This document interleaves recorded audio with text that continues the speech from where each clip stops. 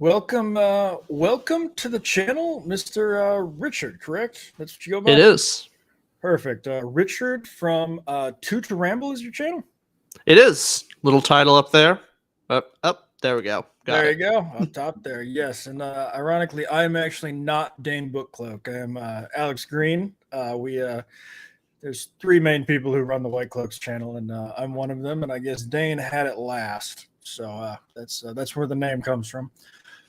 Just going to say hi to the couple people that are streaming in here, Ranchel Thor and John Thomas. Thanks guys for coming on.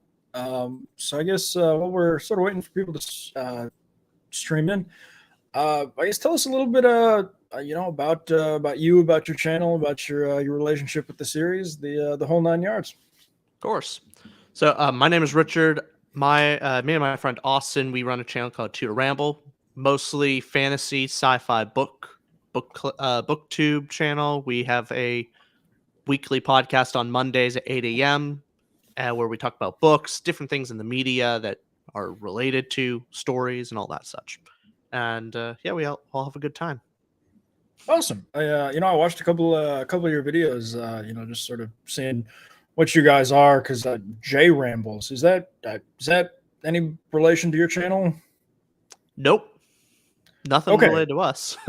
Okay, we were very confused because J Rambles approached us on Discord and said, "Hey, do you want to talk to 2ToRamble?" We were like, is that your brother, your cousin? But sure, yeah, we'll talk to anybody. But interesting, just a weird coincidence then.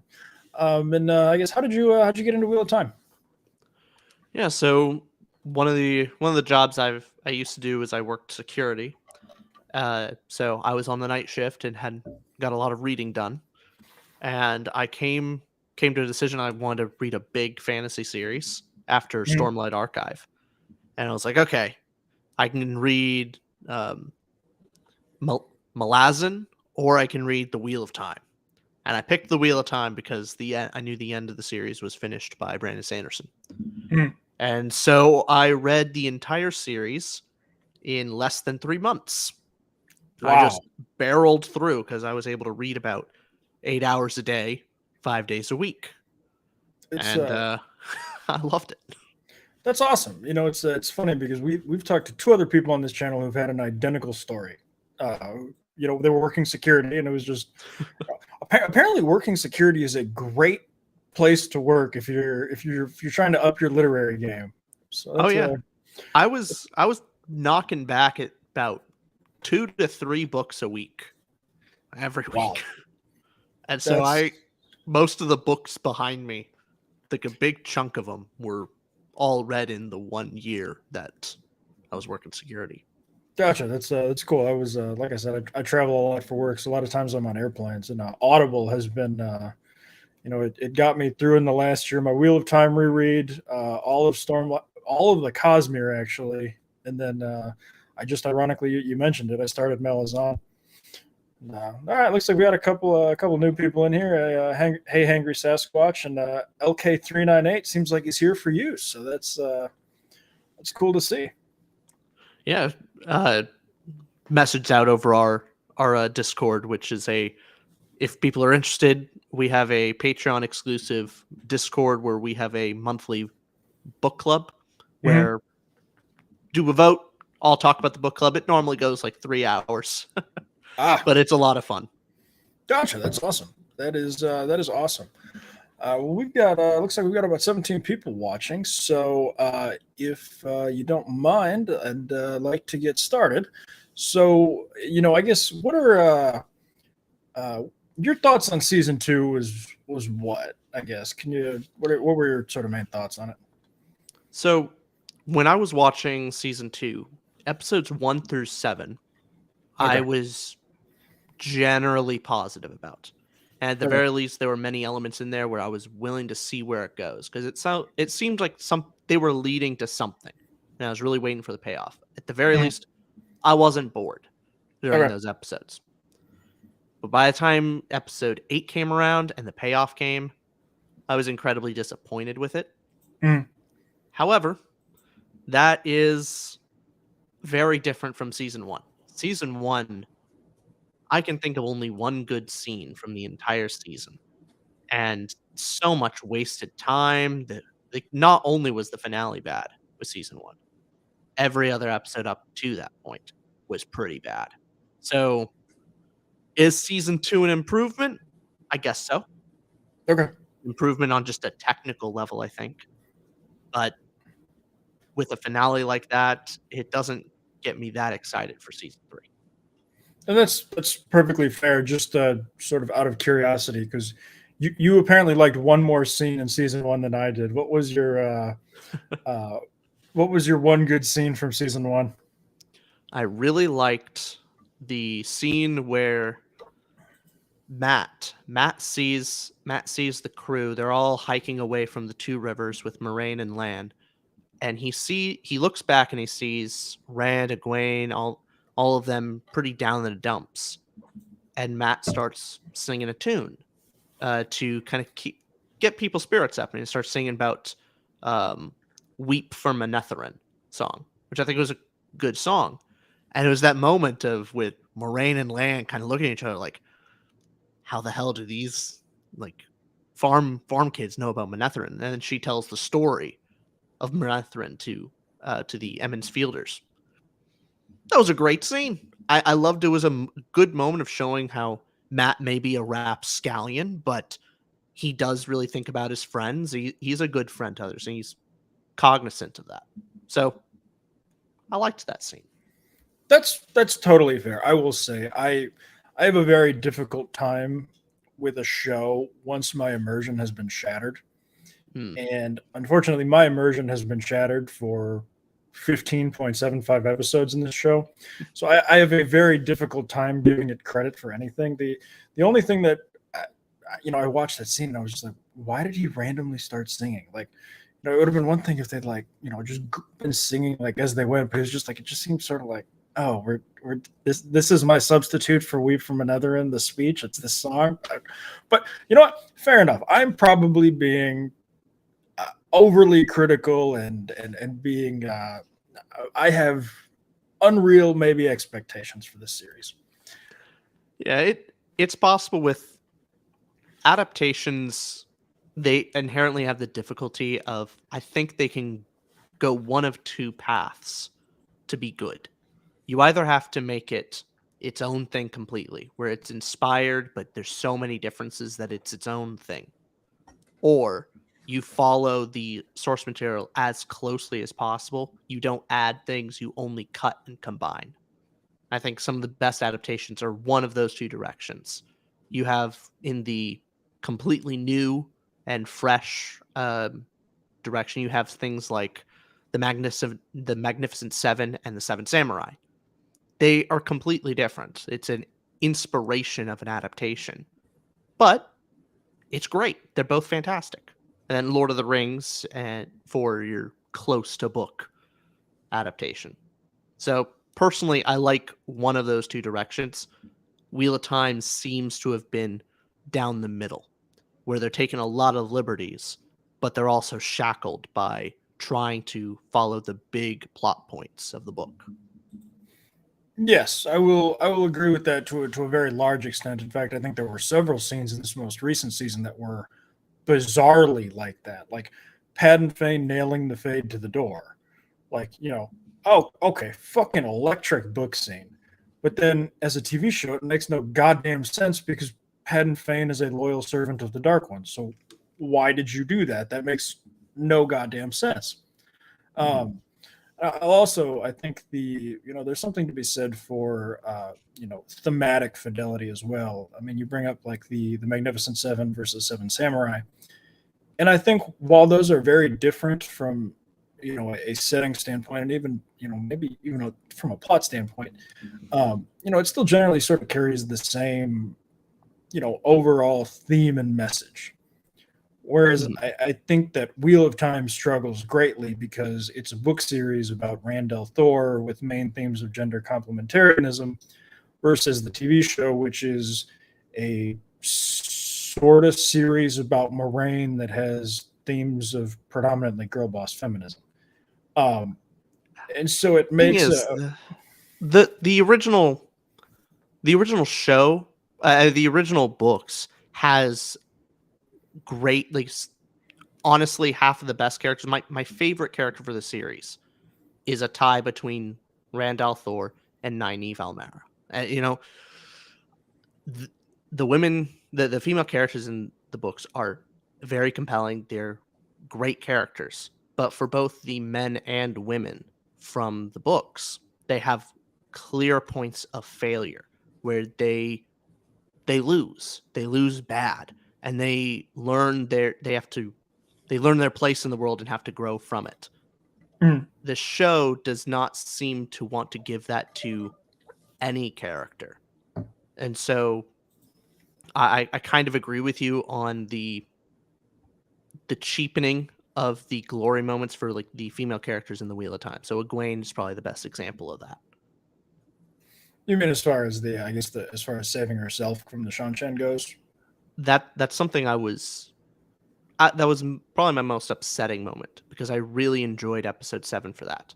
I thought they were really going to give Egwene this low moment that she cannot save herself, and it would be a tying moment for where Elaine and Nynaeve would have to save her, and it would make their bond, their sisterly bond together, strong and justifiable. Why is Elaine friends with Egwene? In the show, there's kind of neighbors that they don't spend a lot of time together. This would be the moment. Oh, well, Elaine saved Egwene from the Shanshan. That's why they're friends. That's why they're so close. Yep. But they make the fact that Egwene saves herself in this glory moment feels unearned in one season. Like her big heroic moment needs to be later, and then you make Nynaeve and Elaine useless. Correct. The joke is that Nynaeve is functionally Indiana Jones from the first Indiana Jones movie, and that if you remove her from the season, the plot changes not one iota. Yeah.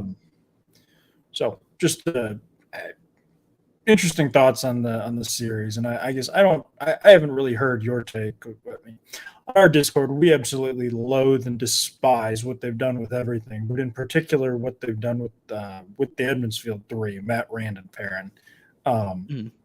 How, if you go back to that first season and even the second season, is any character's most impressive moment from the books, is any male character, I'm not even talking about the Edmondsfield Three, any male character's most impressive moment, did it make it into the show? To be fair, with books 1 and 2, specifically season 1, I don't think Matt has any impressive moments from either book. Matt has 2 big fights against Trollocs in the first book and drags Rand for a while after he's got his channeling sickness. I guess. I don't know. I'll be honest. I was not much of a Matt fan in the first 2 books of the Wheel of Time. I hated Matt, so I was looking forward to change from him the most from the season. So see, that's fair, and it's interesting. Is on a reread, the Matt in Eye of the World's best stuff happens when Rand is unconscious. So you don't get Matt's best stuff in that book because it's a Rand POV. But that's neither here nor there. It's just something I always like to shout out. Mm-hmm.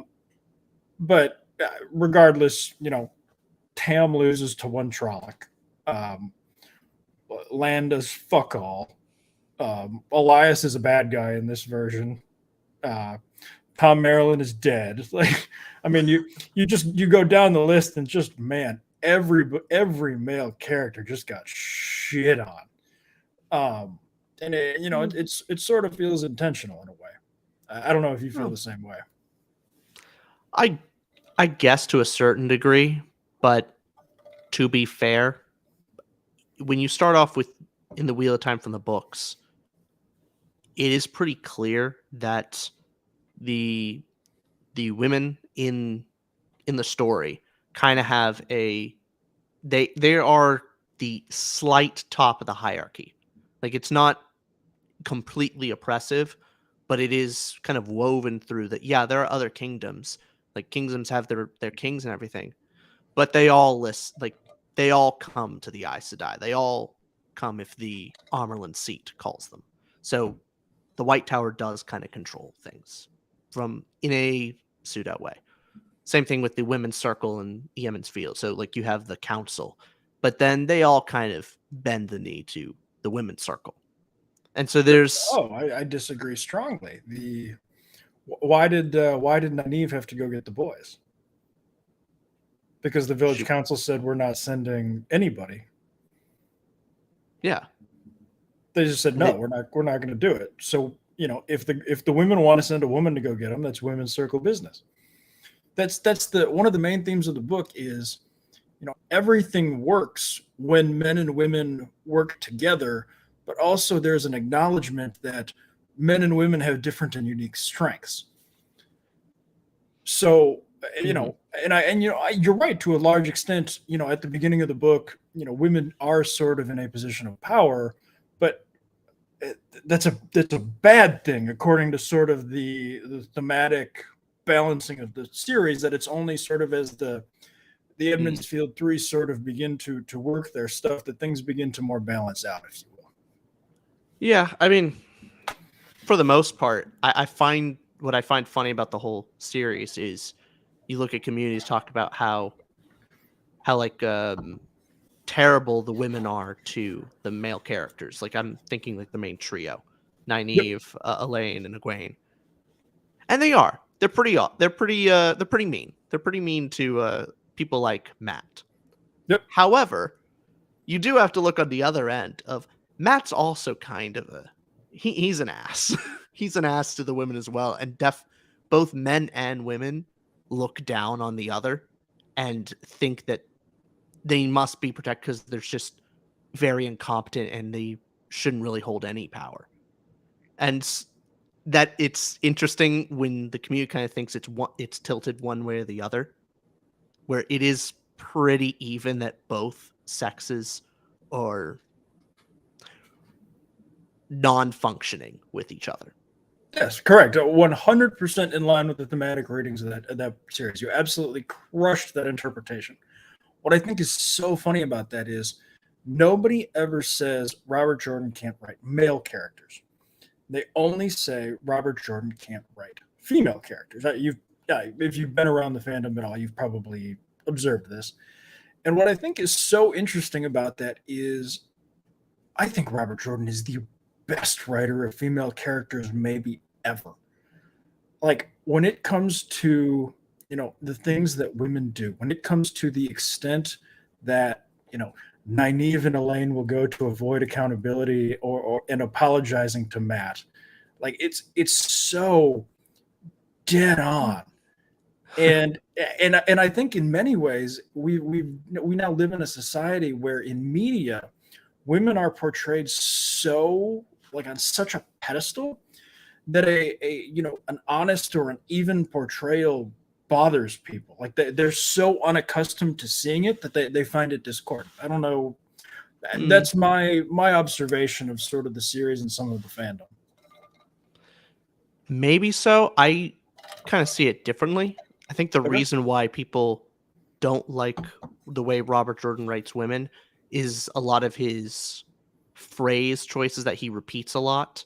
So he constantly, I think people mostly complain like anytime the women scenes, it's a bunch of spanking. It's a bunch of Nynaeve folds her arms under her breast. It's constantly I think it's more of that imagery that Robert Jordan constantly writes about, and basically any excuse to get one of the women characters naked, like any excuse that you could possibly do, a female character gets naked for some reason, and it is built in the story. But I think that's part of the reason why maybe fans or people on Reddit think that Robert Jordan can't write women. But I agree. I like Robert Jordan's characters. I like the women in Wheel of Time. Nynaeve is arguably my favorite character. I love her. Nynaeve is by far my favorite woman character in that series. So yeah, I agree. I think a lot of that is overstated, but I fair enough. I will absolutely take that sort of in into consideration, and maybe I'm being overly harsh on our Reddit compatriots. Yeah, I do think it's mostly word choice, but this does seem to be a trend in more modern Hollywood stuff. That the reason why I love books compared to movies and television show nowadays is, for some reason, writers are having a hard time letting a character really fail and then rise from it, and only seem to be able to make a character look good by denigrating another character. So I do kind of see that trend with the quote unquote strong female character, which is very, like, that quote is very different from just a really good female character. There's 100%. a very different quote. And typically, what that quote means is that the character itself will not fail and will just succeed. And that's just a boring storyline.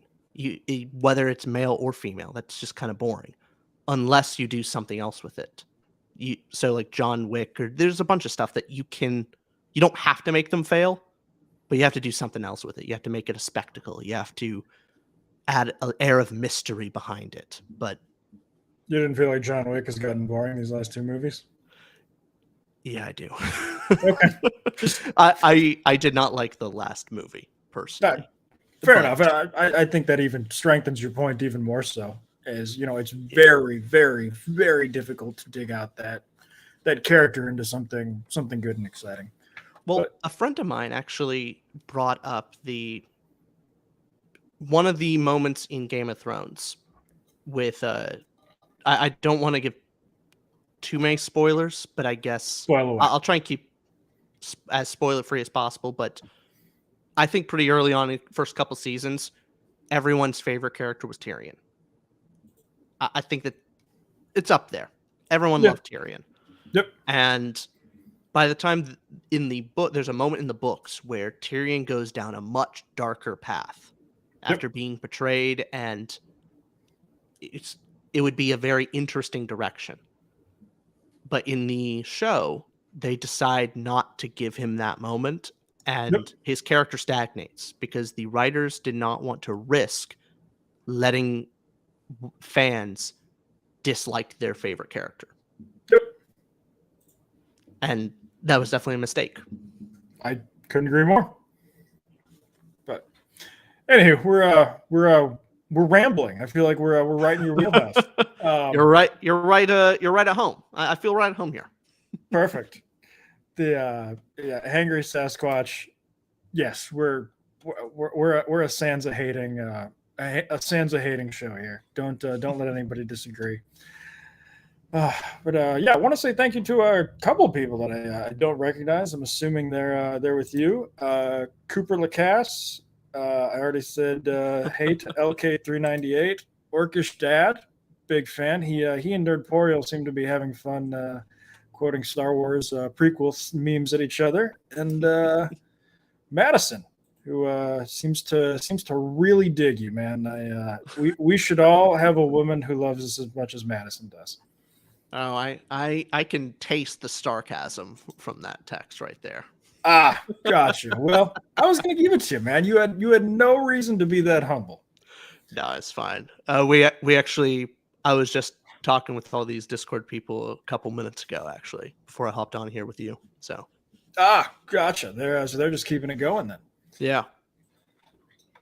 Yanan, shoot, man. What do you got?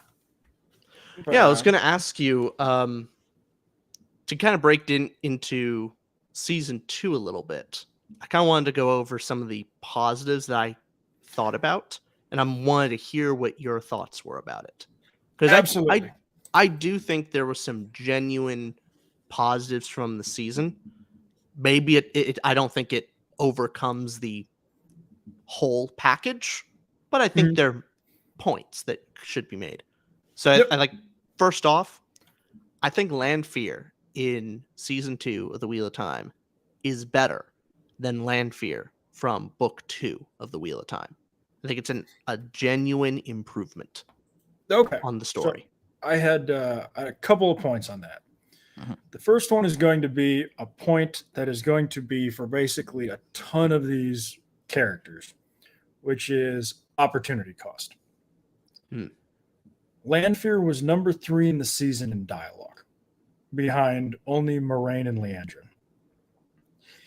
If a character has more dialogue in the Wheel of Time than Matt and Perrin combined, they fucking better be electric.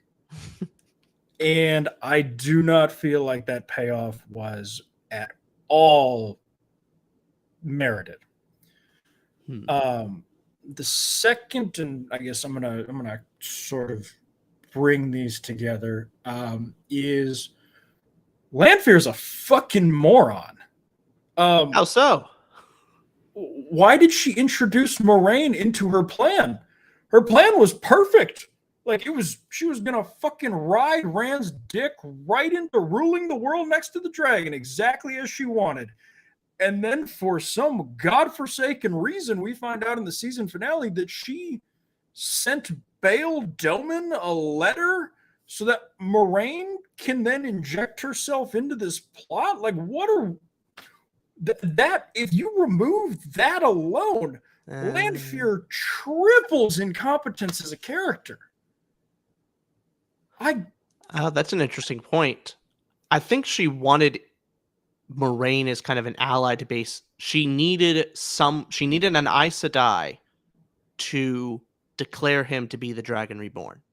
That's kind of necessary, or because if you don't have, you need someone from the White Tower to declare him the Dragon Reborn. If you don't have that, like, no one's going to be believed. It's going to be mostly rumor. That's kind of my assumption from it.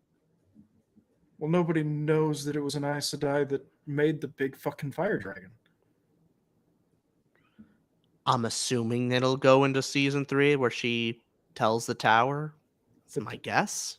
But the tower has excommunicated Moraine. That's a good point. Can you explain to me the last scene where they talk, because they do talk about how Lanfear's the one that sold Bail Doman the Quendiar. Yep. And then basically manipulated that, hey, go sell the Quendiar to Moraine. Yep. Right?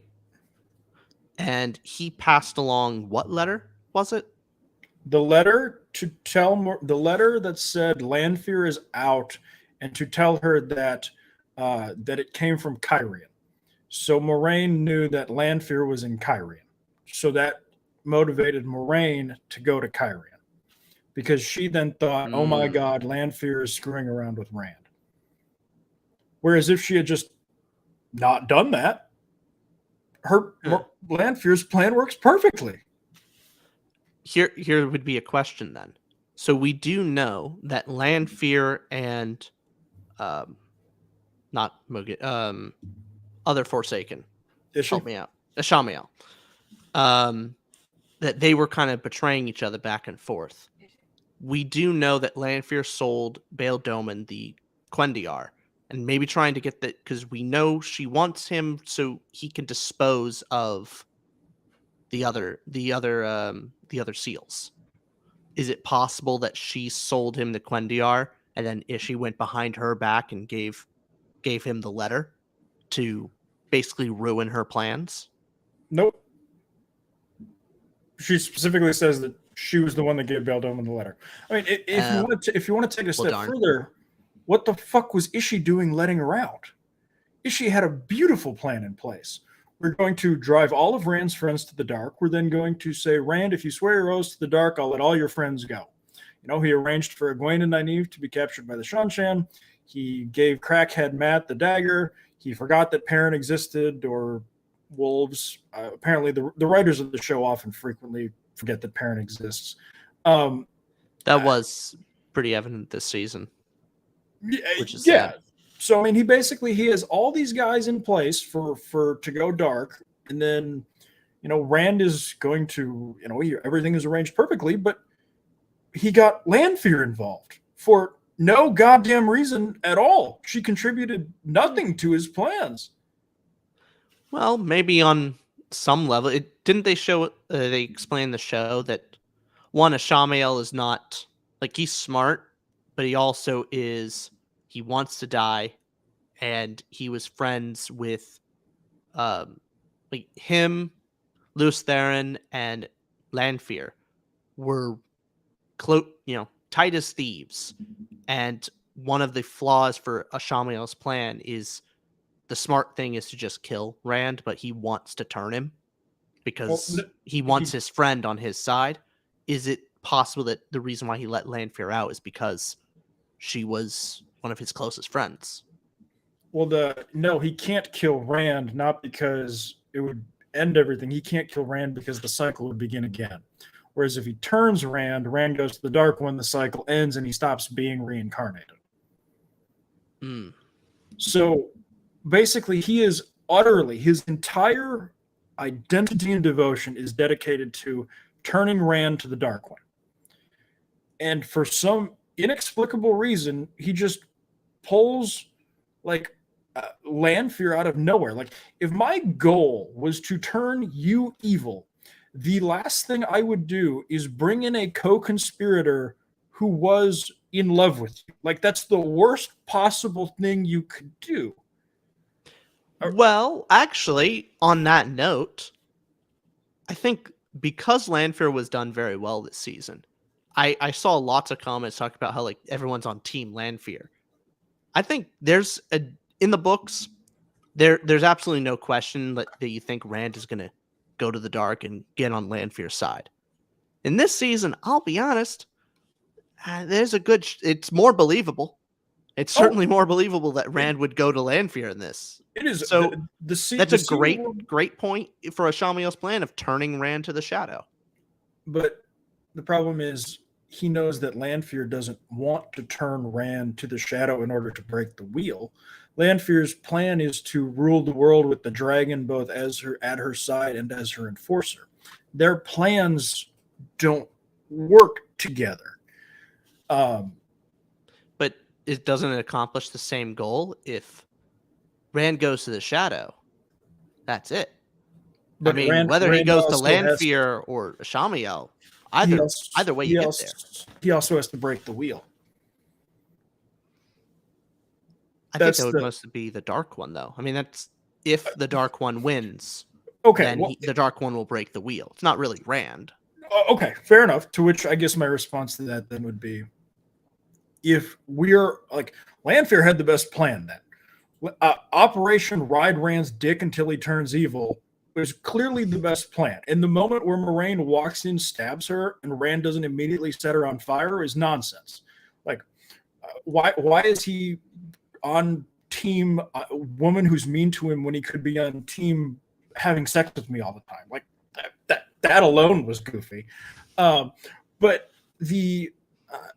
if that was the case, then Ishii needs to stay the fuck out of it and just let her get on with her business. But that clearly wasn't his plan.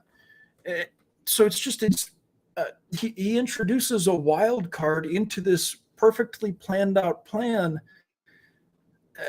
for no reason other than they liked the character. You want to get into my personal gripe with Ishii's plan.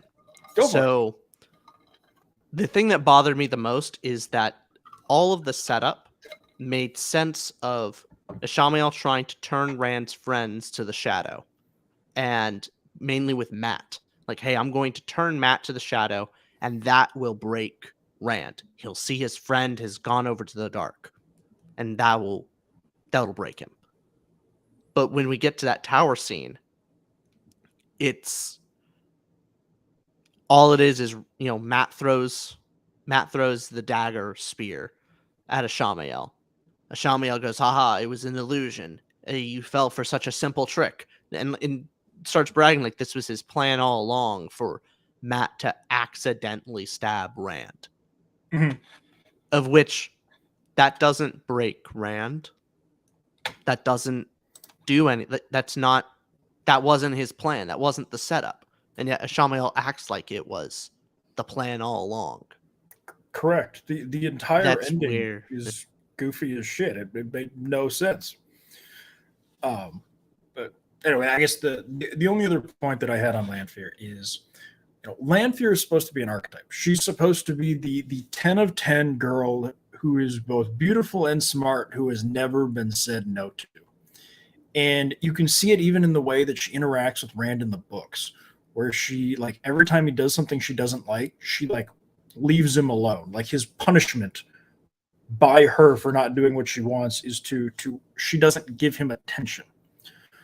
And like, that's a real person. Like, the sort of women who are never told no do that because they're just never told no. Whereas this Lanfear, I mean, all the Forsaken are supposed to be sort of this, this sin or this idea of an evil person. Whereas this Lanfear just basically isn't. She's nothing. She's a cartoon comic book villain. It's not an idea of a person. And maybe that's a nitpick. Maybe I'm expecting too much from a TV series, but it kind of bothered me when we're removing applicability, I guess, if that makes sense. I guess the difference with this is I wasn't that interested in Lanfear in the books. That, yeah, she is the archetype, and like, but I'm not intrigued by her as a character from the books. Take it or leave it, and that's fair. So when you get into the show, more compelling. So I'll take it, but I do take your point on the opportunity cost. Is that you spend so much more time with Lanfear, and yes, she is better than from the books, and probably one of the best parts of the season. But you're right; it does come at the cost of your main characters, and that's a good point. I appreciate it, man. Got a super chat here, $2 from the Nerdporeal Lifeform. Alex is the hero I didn't know I needed. Stay nerdy. Appreciate it, man. I'm actually on with him in an hour and a half, so looking forward to that one. We're talking The Exorcist, so if anybody wants to do some Hollywood spooky fun, we can go directly into that. And we got another one from LK398. I feel bad, Richard. I'm stealing your super chats.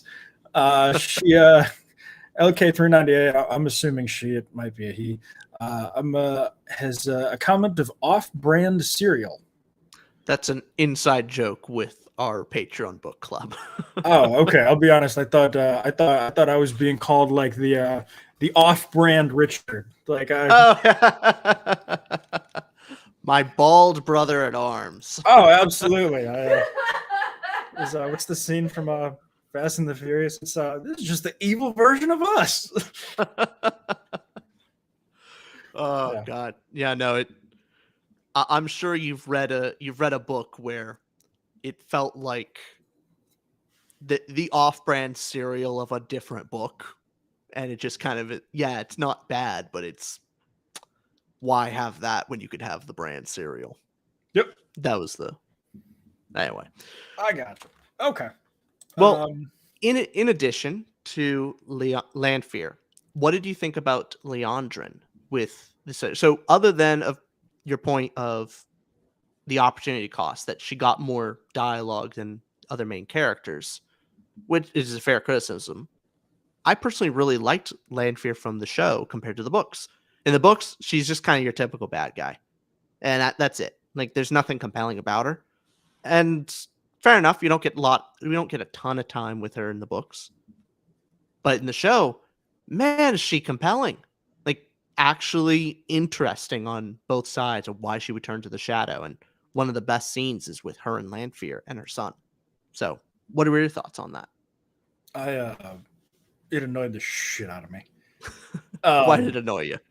I guess, first of all, why do I want Liandrin to be sympathetic? I'm really, really, really done with morally gray villains. Like, the best villain in 2022 was Jack Horner in Puss in Boots 2. That's a fit. I can sign along with that. Now, I love that movie. Just an evil, unapologetic asshole. And I don't get the need to make every side villain a morally gray weirdo. and I guess my second point of this is Lanfear has spent the last 100 years running around the world lynching people. Like, she's sold 3 of our main characters into slavery. Like, are we really so shallow in this that she had a tough childhood is enough to make us conflicted on this character? Like, no, she's just evil. Like, she's uh, I don't know. I was annoyed by it, and I'm going to say we on our Discord we had predicted Liandrin's sympathetic backstory all the way back in like I think it was by episode 4 of season 1 that we were just like, oh man, I'm really dreading the Liandrin sympathetic backstory. So maybe we were too busy going, ha, fuck you, called it. I was right. to really give it the weight that it deserved. But it was just, I don't know. The way this show tends to handle the women characters with kid gloves annoys the piss out of me. And it just kind of seemed like it was one more, like it was just one more instance. And then I think the third thing that really bugged me about it was, what the fuck did it matter? It didn't lead to anything. She wasn't in the finale. I mean, it was just, honestly, my biggest sense on this thing was they really liked Kate Fleetwood and thought, man, we should write more material for Kate Fleetwood, which, normally I would be fine with. But man, we're trying to jam The Great Hunt and The Dragon Reborn into one season of television. I really do not have time for Liandrin because we really like Kate Fleetwood. Like, let's get with it. I think that's probably the principal problem with most of these adaptations. And for me, it was my biggest problem with season 1. And even though the product that we get, I think, is better than in season 1, at least I wasn't bored, there's certainly so many additions that it substitutes, like we're missing out. Like there's only so much time they have and they're wasting it on new stuff rather than going over what the actual book did.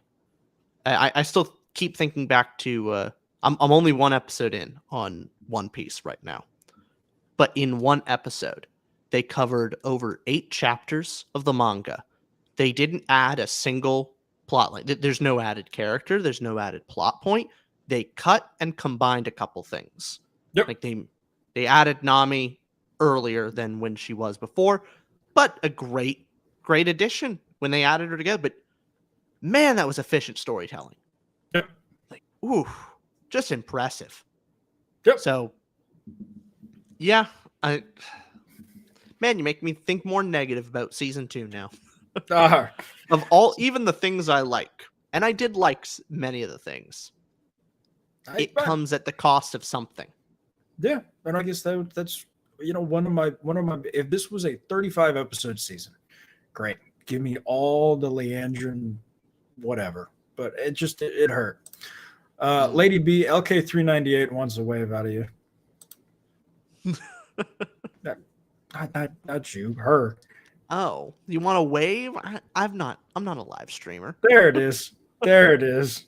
Oh, there you go. Good to see you, Vendel, Gadfly, Space Oyster, Max. Man, everybody's streaming in now. So, all right. So we've touched on episode, or your point number 1, your point number 4. Which one of these you want to go to next? I guess. Let's see.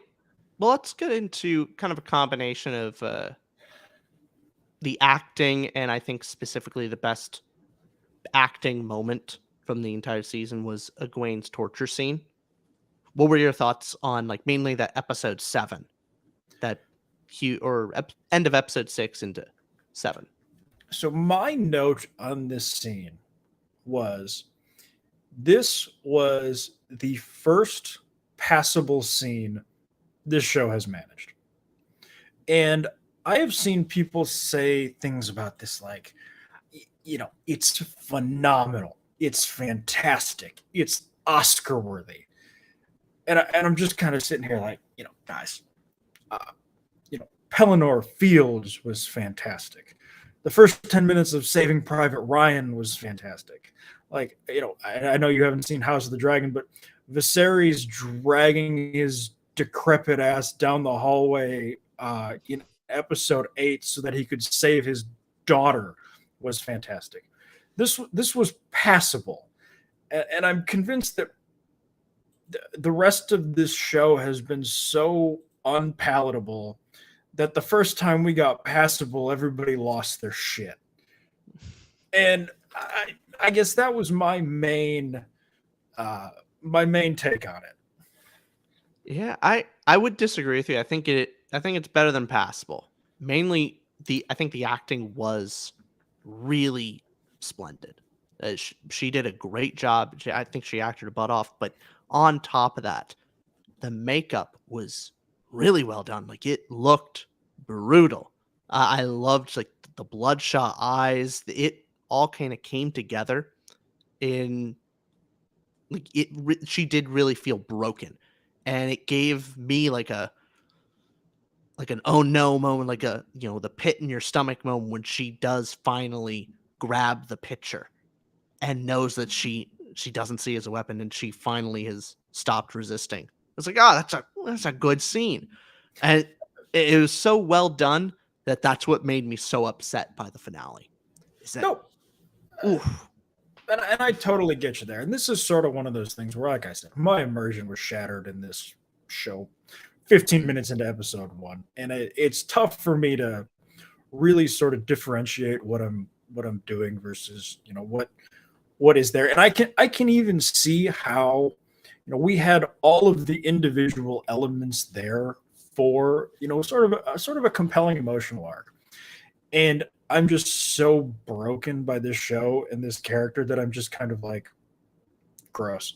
Um, so maybe I'm being excessively harsh on that, but it sort of seemed, I don't know, passable. And I guess the other part of this is, it maybe this is because I've read the books, but it just I never was concerned for her, if that makes sense. Like even I was also very distracted by fucking Rena's acting, who I think is maybe the worst actress I've ever seen in a major television production. Um, Oh, but I didn't think she was bad. oh, there's some scenes there where the monotone is distracting to say the least. But again, that's entirely a Yes, I didn't subjective issue. notice it. But I do think it is interesting that you and I both had kind of the same best scene. And I think a lot of that is this was the most faithfully adapted scene. This was the scene that was, I don't mean to say written by people better than whoever wrote the rest of the show. And by that, I mean, Robert Jordan is a miles better writer than, the people adapting this, such that, sticking as closely as possible to it was the best course of action and should have been the course of action for the rest of the series. Yeah, hey, almost in every single case, a single writer is better than writing by committee. 100%. Which is kind of what it is. I mean, you think about all of the great dialogue from movies, and typically those are movies that basically are just a adaptation of some great book. Like I'm thinking like old country for No Country, Old Country for Old Men. Like the dialogue is straight ripped. Like there was no effort really for the writers to. Lord of the Rings. Lord of the Rings. The fucking Fellowship of the Ring, I'm convinced is half taken from the books. But, yeah. I agree 100%. It's just, even that to me was a little bit frustrating because I was just like, can you do this the rest of the 9 fucking hours? Like, you've shown you're capable of doing this at a semi-passable level for 15 minutes. What's stopping you from doing it the rest of the time? So I guess, you and I are in agreement. It was the best scene. Yeah. What that kind of ties into overall for the show itself.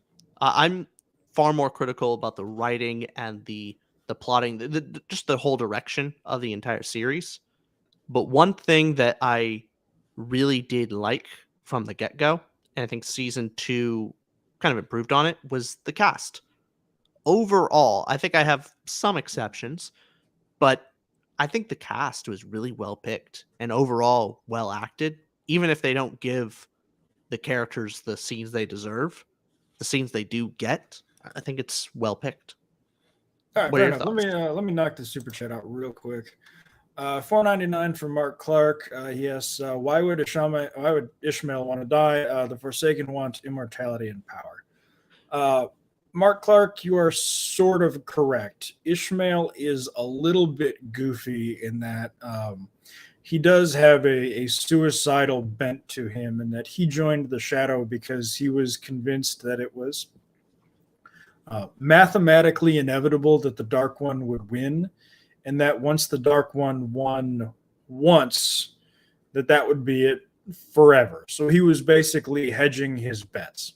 But as the cycle has gone on and on and on and on, and the Dark One has continued to lose, he's just gotten very, very tired and wants it all to be over. So now he not only wants the Dark One to win, because he hedged his bets that way, he also wants the Dark One to win so that he can call it a career and stop being resurrected and stop getting set on fire by Lewis Thayer in every life.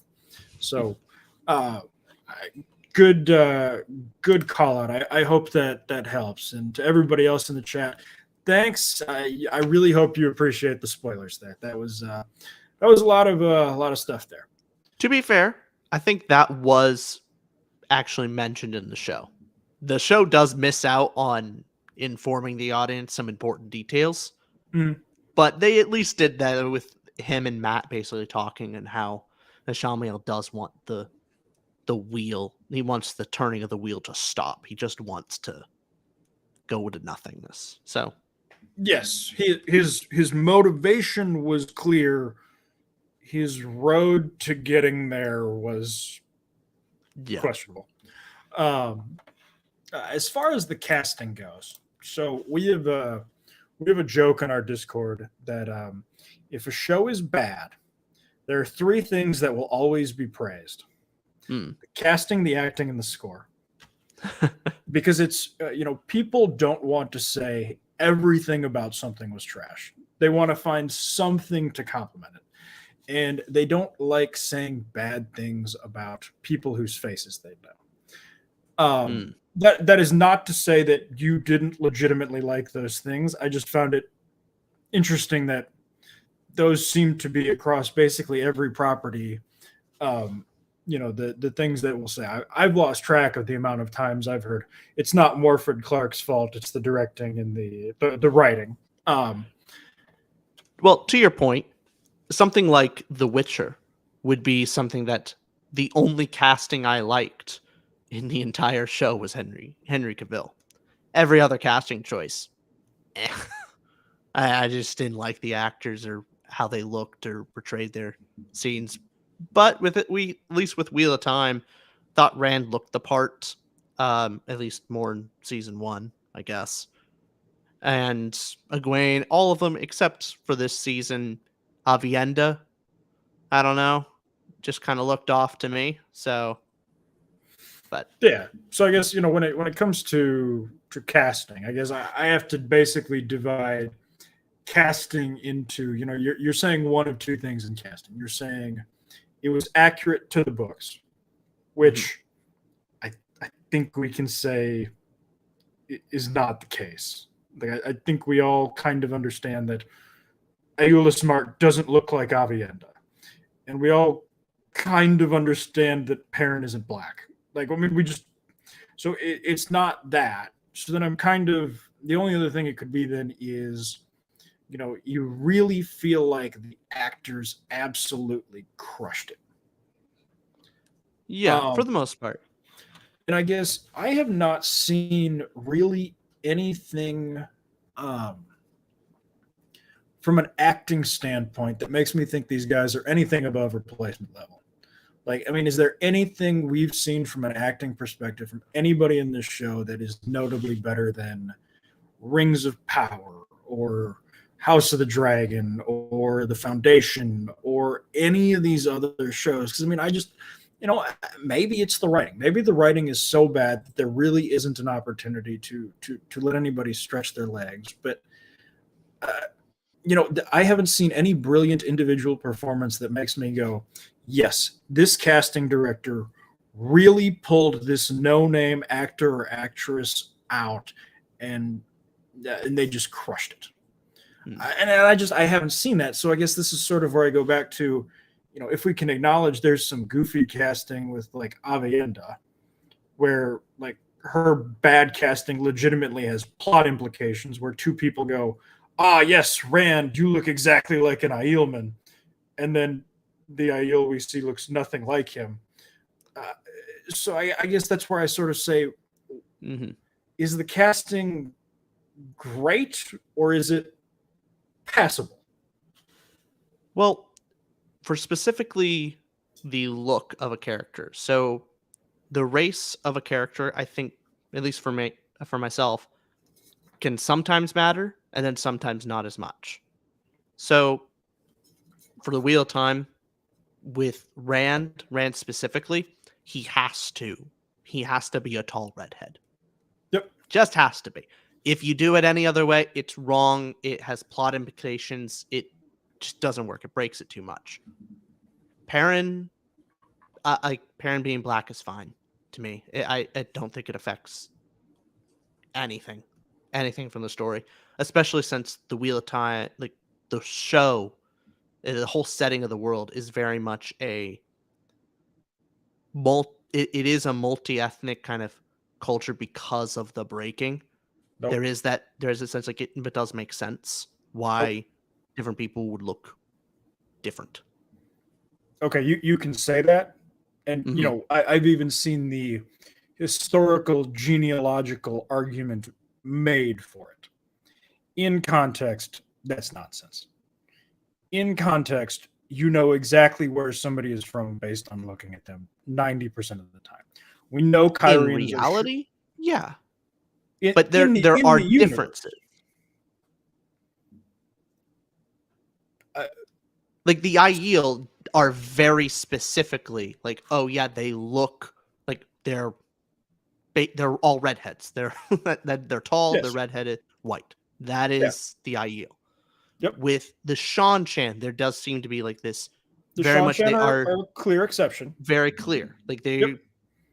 But from what I understand in the books, maybe you could correct me on it, is because of the breaking, you had the civilizations and cities and kingdoms basically thrown up. People moved across, are now in completely different lands, and there was a great mixing of people because every civilization was broken and people moving across the land. And so it would make sense why there does seem to be quite a bit of racial mixing when it comes to the story, other than apparently some certain areas that have kind of segmented themselves off. So to me, it doesn't bother me as much as something like with the Rings of Power. Rings of Power with the Harfoots being a specifically noted nomadic isolationist tribe, being both multi-ethnic, also they speak differently and have different accents. Yep. Where like that doesn't make sense. The Wheel of Time, it didn't bother as much because that's my interpretation of the world. So that's fair. However, I do want to push back a little bit in the sense that what you were describing there was I'm going to call it what it was. It was an Amazon gaslighting campaign. I mean, think how many times in the books the phrase copper skin Damani was used, or how every Kyrian was a short white person. Like, I mean, there was a 6 foot tall white guy, and everybody went, "Wow, he's really tall for a Kyrianan." So, I mean, there were obvious, physical differences between all of these people. And if you just want to say, you know what, that doesn't bother me, fine. But I've seen too many YouTubers, including Dusty Wheel and Daniel Green, push what is functionally an excuse for Amazon's racial diversity quota. So I guess that's the point that I'll push back on. And I'm also going to say Sam beat. Let's not go there. Richard's a good guy who's agreed to come and talk with us in good faith, and he's been very respectful and very helpful. This is not a Dusty Wheel-esque shill here. Hey, I went on the Dusty Wheel. I like the guy. So I mean, just because disagree doesn't. So here's the thing. You could be right. Ultimately, for me, sometimes it matters and sometimes it doesn't. Yeah. In a show, I care mostly about the world building. So it is hard to do a racially diverse civilization in a pre-modern era. I think the whole reason that something like the ethnic makeup of LA can exist is because of modern travel. Yeah. And that's just a fundamental thing is people can't move to across the world very easily. So people stay in the same area. And if people stay in the same area, they all tend to look and sound alike. Yep. That's just kind of how it is. And ethnic mixing is more of a modern thing. So when you are developing a world, something like The Witcher, and you go into a town and you see people that are white as snow and then, really, really black, black as night, and it's doesn't really fit. Like the world building here doesn't make sense. Why is this here? Versus it is world breaking for me. And Rings of Power did it, like they messed up there where they had an opportunity to do it where you can actually make the Numenorians multi-ethnic and it makes sense because they're colonizing people they're mostly by ship. They have all these different colonies across the land into the southern areas. Like, fair enough. That would make sense. Why they would be more multi-ethnic, but they don't do that. So, yeah. Okay. Either way, we're a little bit off topic, but I guess the question that I have for you is, you mentioned Perrin. Is Marcus Rutherford really a great actor? Like, is Marcus Rutherford really selling it for you? They didn't give him a ton, but the stuff that I get from him, I buy it. He's mostly a very internal character. He's large. He looks pretty imposing, eternally thoughtful. There's some moments from him I liked, but you are right. The script is not giving him too much to work with. Okay, I guess let me rephrase. Mm-hmm. Is there anything you're getting from Marcus Rutherford that you think you couldn't get from one of 5,000 other actors? That's a good point. Maybe not. I just I don't have any other reference. So, well, I mean, you watch other television shows. Sure. I'm just saying I don't mind him as it. It's not like something where I go, oh, I would love this other actor as Perrin. I don't have that person in my head. Okay. So, all right, Vendel. Yeah, that we have a long running joke on the Discord, and it will ruin this series for you. But keep track of how many times Perrin closes his mouth. Oh. The Tinker scene, especially where Egwene is talking to the Tinkers for the first time, he literally sits there with his mouth open. We counted for 117 consecutive seconds. Oh. It drives us a little bit crazy. It's something of an inside joke. But anyway, I guess that's sort of where I push back on the argument of like the casting being great. I'm just kind of, is it or is it fine? Did we go to the school? Did we pick out a couple of replacement level actors and just let it rip? And I guess our Articus. Let me get to that. I guess. As far as the acting itself, does it annoy the shit out of you that every man in this show whisper talks? Like, Rand is clearly the worst offender, but like none of them speak loudly and definitively. It is all, I don't know. What would you want? Like, I mean, I'm not wrong with this. I mean, now that you mention it, I guess. I mean, it happens enough that it kind of just fades to the background. It's something I didn't notice or was annoyed by. It was just Okay. Just All right. is. But I guess I feel like Moraine has a horrific case of Botox bewilderment, where like her face is only capable of like moving half as much as a normal human face is. I Elias was goofy, like, and I think that was directing more than it was acting. But Elias is like, I must not show emotion in front of the humans, was insane. For Moraine, it makes a bit more sense. Like Aes Sedai, they can't get the ageless look, so she's trying to take that more neutral Aes Sedai, like not showing her emotions too much. Like that I can get. Elias, yeah, I don't know. Personality wise, It wasn't stopping Liandrin from running around every range of emotion possible to hit those points. Now, again, maybe that's a directing thing. Maybe they should have said, one of you needs to. You gotta admit, though, Moraine is a bit more calm, cool, and collected than Liandrin. Like she's a bit more of that. She keeps her cards close to the chest. She doesn't display emotion that often. It normally peeks out, even in the books.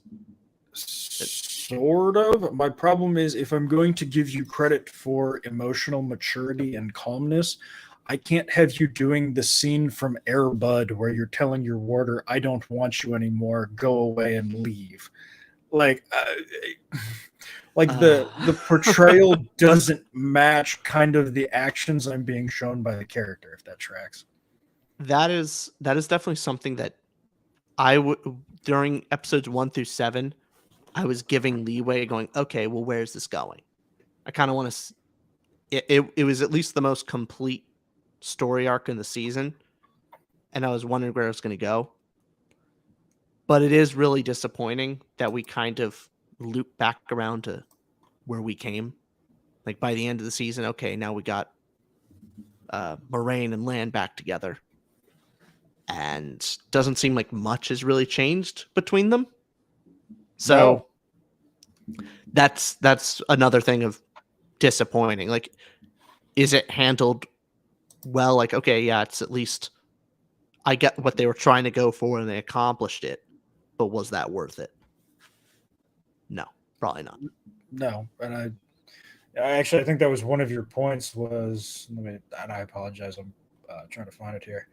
Your point number 3 was episodes 1 through 7 had a feeling of purpose leading to something unlike season 1.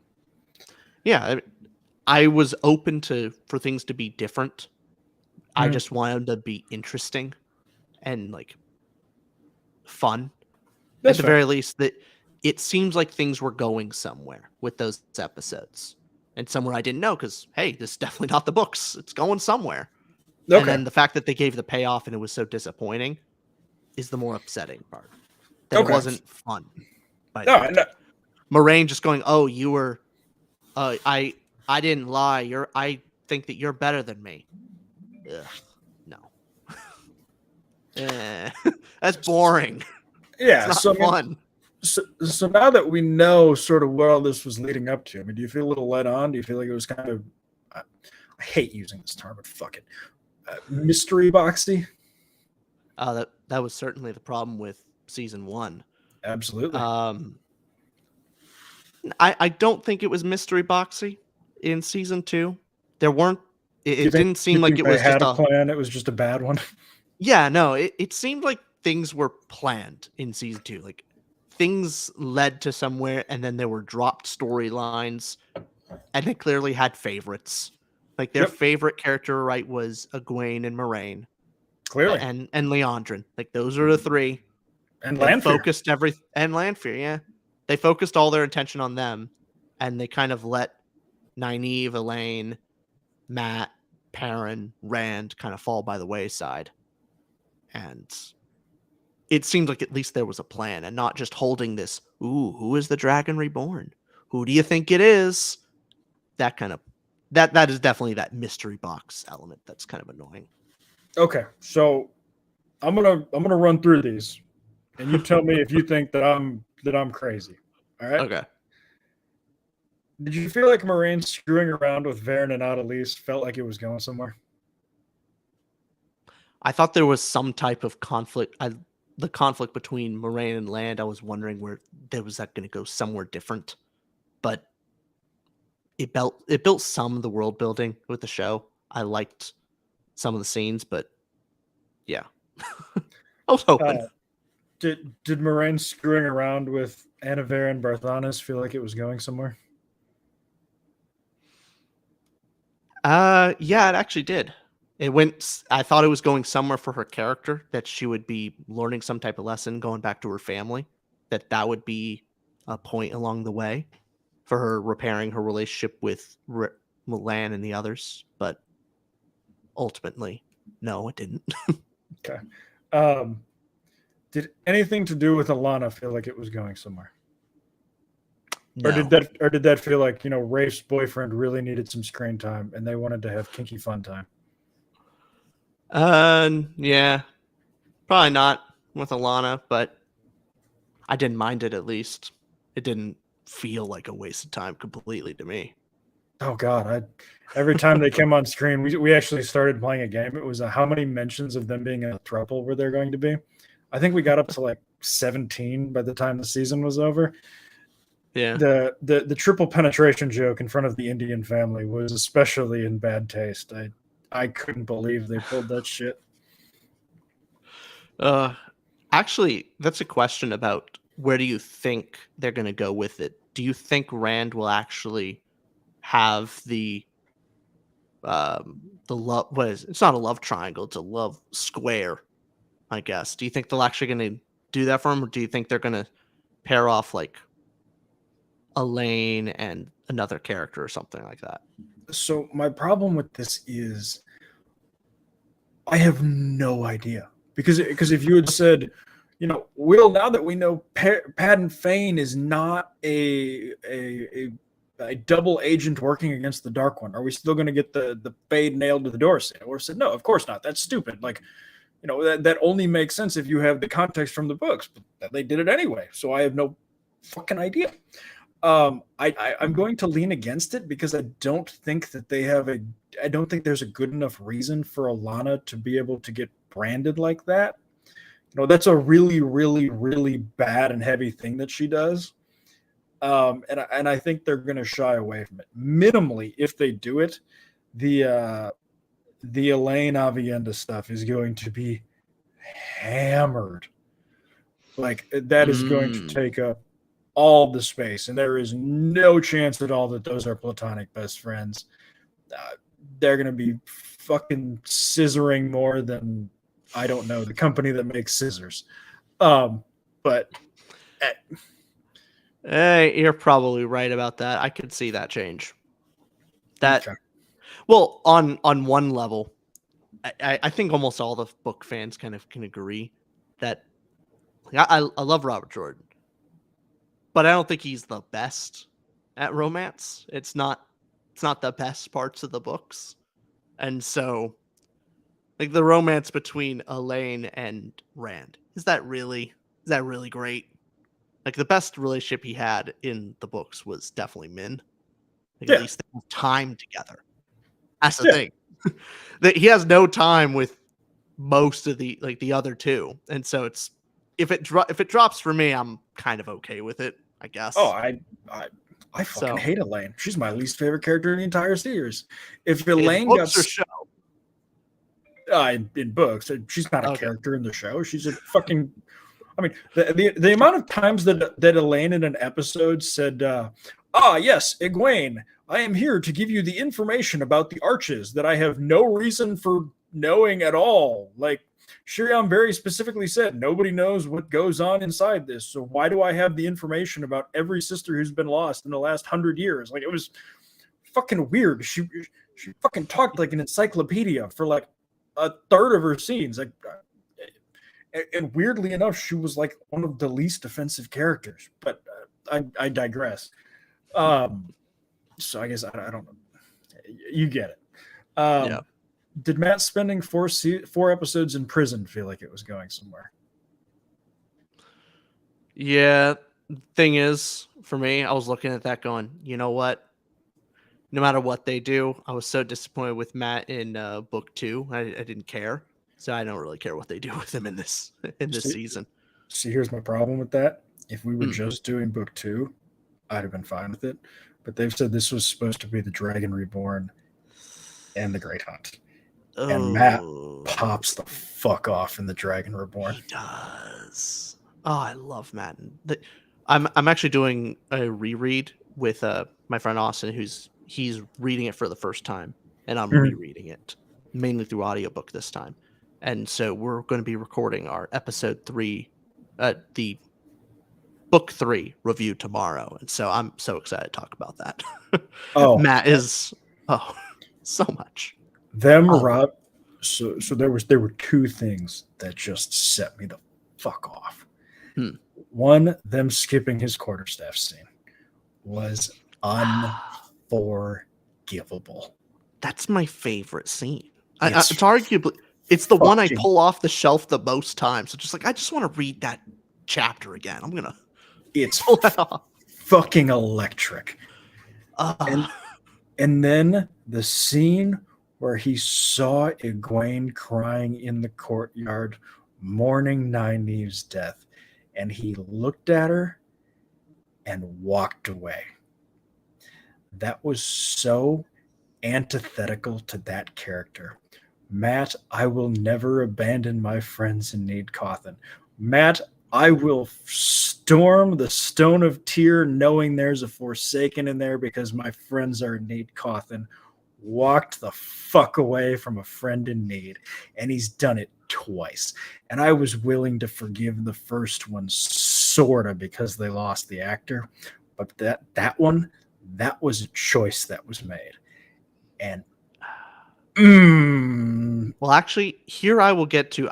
Here's where I thought the direction was going with Matt. I thought they were going with, okay, because they lost the character in the first season, that they're going to take this character in a different direction of his arc will be struggling against the shadow, that he will be closer to the dark than other characters, and especially further than when he was in the book, and that he will be tempted to the shadow and he'll come real close.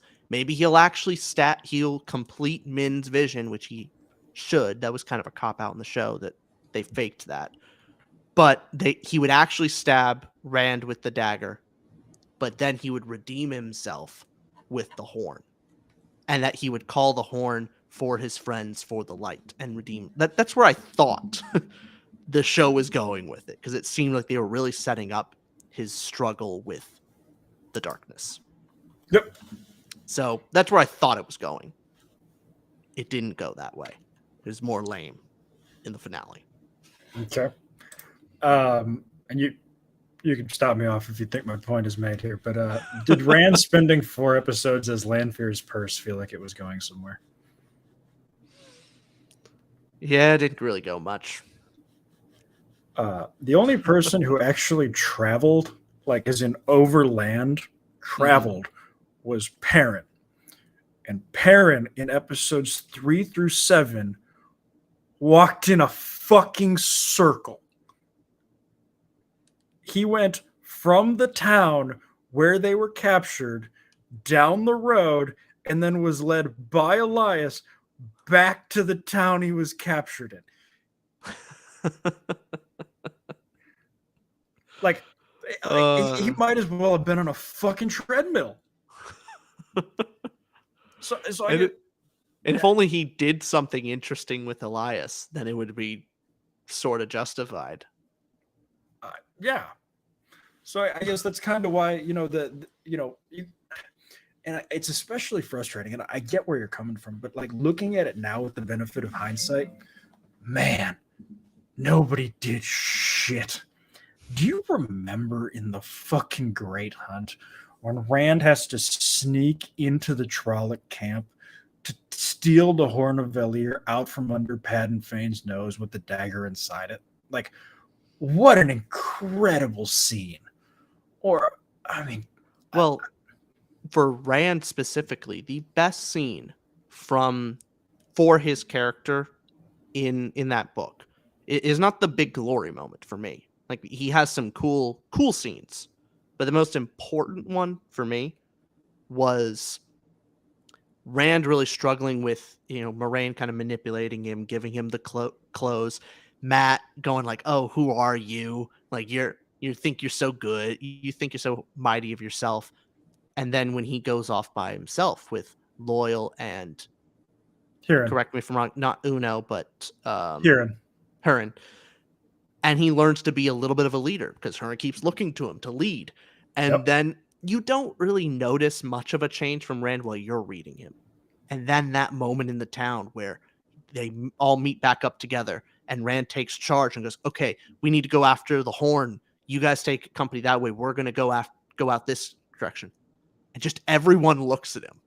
Ingtar looks like, what happened to you? Matt and Perrin just kind of looking at him going, okay, he's a little different now. He's something happened to him. He's filling in that coat well. Yep. That was the most important scene for me in that book for Rand's character. We do not get an equivalent in this show. No, and it's actually wild. And I would encourage you the next time you read The Great Hunt. Mm-hmm. Every single chapter in that book has a life lesson about leadership. Like it reads like a fucking self-help book. Like the bit about the coat is literally the lesson of, if you dress well and like a man who should be respected, people will respect you. I mean, it literally, every single young man in the world should read that book with an eye on the thematic lessons about being a man and being an adult. It is impeccable. And to see that get utterly destroyed by him being Lanfear's purse for half a season drove me to distraction. The coat being a change from something positive and demonstrative and a symbol of growth to a lie, to something subvertive and immoral. Fuck, did that piss me off? And I shouldn't get heated about this, but it's such a beautiful and amazing book, and to see it get just this treatment just drove me nuts.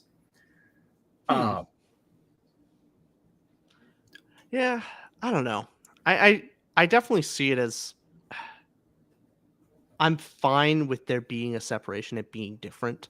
I just wanted it to be more fun. So if they didn't have the coat scene, if they didn't have all of these other things, but they replaced it with something cool. If it was something like, I don't even think the big tower scene at the end and how very different it is from the books. Fine. Okay. Make it different. But the fact that you're making it different, make it as fun as the books, or at least cool. Yep. And they just kind of end it with him walking forward and stabbing Ishmael. Because Ishmael gave up. That means that Rand has now taken down Ishmael twice, and both times Ishmael let it happen. Yeah. Ponder that for a moment. They could have done a cool fight scene. I'm totally on the rule of cool. If it's cool, all right, I'll accept it. I'll have my book still. It's fine. Just got to be cool. And there's all those moments from the finale that bug me to no end because it's so not cool. Like with Matt blowing the horn. In the books, it was cool because it was, the Shan on one side, the Whitecloaks on the other, Matt and Perrin and Loyal all stuck together. We're going to die. We're screwed. There's nothing we can do. And Matt thinking, hey, no one said it can't be blown before. And he blows the horn to save him and his friends. And it just, this epic moment wipes both armies out. What do we get in the show? Just Matt, the rapscallion, runs out, the vagabond, runs out onto the wall, No one else, but there's a line of Shan Chan. No one else there. They're just waiting. For no reason. Huge line. And then they see one vagabond and go, charge! Why? Why are you charging this one random vagabond? And then he blows the horn for himself. And then he fights like 20 guys. And then that's basically it. What? That's not cool. The horn is no longer cool. It's like it's a side piece. It's like, okay. It's kind of neat. Literally a MacGuffin. But it's not even an important MacGuffin anymore. No, you could cut it. About it. You can honestly cut the if you cut the horn, it would have been fine for the show. That's the wildest thing about it. If the horn wasn't there, if Perrin and I call him Shinar in Team 6 was just chasing Pad and Fane for like a revenge act, this is no different. There's no change to the plot of this book. Yeah, it's or this season. For me, it's a very strange combination of if they're going down their completely different direction, they should have just really went with it and made some interesting decision that's completely different from the book. But the fact that they are going very different and yet still trying to do the book things doesn't land. The joke that I make is the show is trans. It wants to be It wants to be a story about women empowerment, but unfortunately, it has a dick named Rand that they're just too afraid to cut off. I'm gonna highlight this one. We're not gonna talk about it now, Articus, but I will. I'll let Richard take a look at it now, and we're gonna try and circle back and get this one at the end. Okay. So you hit a nerve of mine, and you was Vagabond Matt. So I have seen so many people, and this was actually one of your things was the costumes in the weaves looked so much better from season 1 because it looked pretty bad in season 1. I don't disagree. They looked bad in season 1, but I almost think these are worse. How so? Okay, so I got my list here. Okay. Matt has been in the same bathrobe for 2 consecutive seasons. Lan has been in the same outfit for 2 consecutive seasons. Perrin is a little better. Perrin gets 1 outfit each season. Mm-hmm. Loyal used to just have a Pomeranian glued to his head. Now he has a Pomeranian glued to his chin. I feel like people got so used to how bad Loyal looked in season 1 that they've stopped subtracting it from season 2. They're just like, oh, this is what Loyal looks like now. He just looks completely like a doofus. You gotta admit, though, I think if you want, we were talking about like best actors, like portrayal of characters. I think even from season 1, the actor that does Loyal did a great job. He overcame the different look of the like. I am fine trading that they don't get to use CGI to make him really look like an Ogier, so they make it the look worse, but you get more time with him. I liked that. So I think the actor did a great job with Loyal, personally. Of all of them, I probably find Loyal to be the least offensive. I think he's got a real solid voice for it. The voice, the mannerisms, just how kind he seems is just he just seems really lovable. And that's what I loved about him. Okay, of all the things I'm going to fight you on, loyal isn't going to be one. Fair enough. Ingtar spent half his screen time cosplaying as Princess Jasmine, including wearing fucking guy liner. Oh. Okay. Was that why was Ingtar wearing eyeliner? Didn't look terrible to me. Oh, okay. I don't know. It's just not something I picked up on. Okay. Alwyn and Surath are wearing a birdcage and a cheese grater, respectively, on their faces. Yeah. Okay. The nails, the Lady Deathstrike nails. Come on, you had to have a problem with this. Not particularly. I didn't. How did they wipe their ass? I'm assuming servants. That's the Sean Chan way. Okay. All right. Some things didn't bother me as much as you. Okay. The Aes Sedai are still have the same fucking color coordination as the fucking Power Rangers. Yeah. I mean, maybe they should be a little bit more subtle. Maybe it should be, blue accented instead of, but we still have the ring pop rings. Sawan has an entire fucking turkey on her head. Like, it's like somebody dumped out a Hobby Lobby store, grabbed an armful, threw it in a vat of glue, and said, "Here you go, Sawan. This is your headpiece." I don't know. It looked fantastical to me, and at least fit in with the rest of the background. Okay.